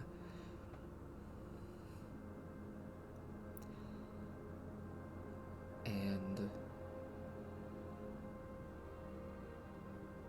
in a section of your book, Umfrin kind of flew up to go to sleep. You're still awake as you can kind of see the change of color, not change of color in the sky because it's black, but you can feel that kind of like, okay, it's getting closer to morning. You kind of look over at one of the clocks and definitely you're just kind of flipping through, and in a random page it just seemed to be a spur of the moment thing where you just chucked the book down and opened it and started writing. It seems to be a dream that you had.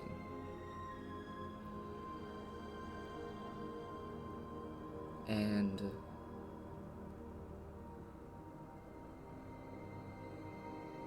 it's a pretty much just goes into detail about how you were asleep in the facility and then woke up like you were still in there, except everything was grey. You walked over to one of the walls that you could see through, and on the other side was another Dragon Ball. The two of you met eyes, and it looks to be similar to the same one that you saw, that called you brother. The two of you unable to communicate, but you just stood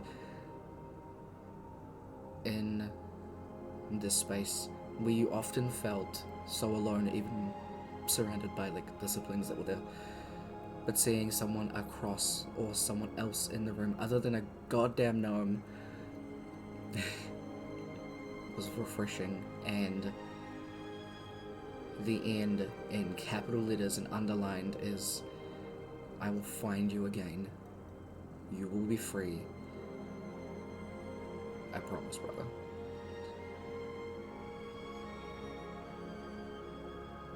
I feel eyelids start to drop. You fall asleep on the table. Fitting. Fair.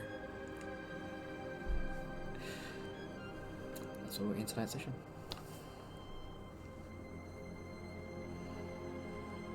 And also, the first time that we had a character song.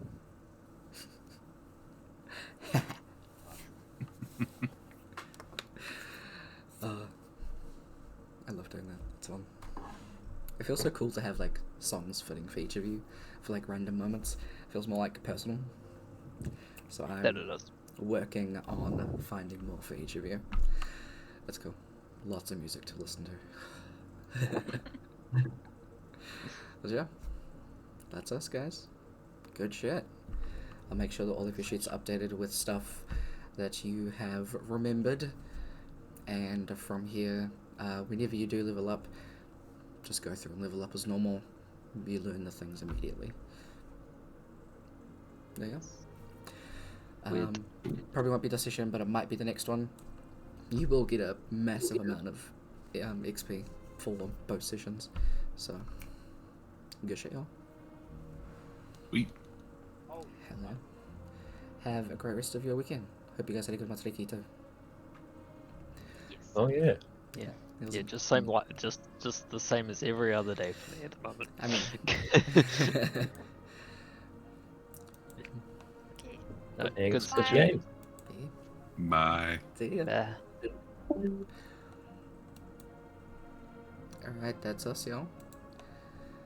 Thank y'all for hanging out for the stream. Hope you enjoyed the session. That was a good one. And I will catch y'all maybe tomorrow for some more Dragon Age. But if not, I'll catch y'all on Tuesday for our gaming stream anyways. Have good. Take care of yourselves. Take care of each other. Catch you later. See ya.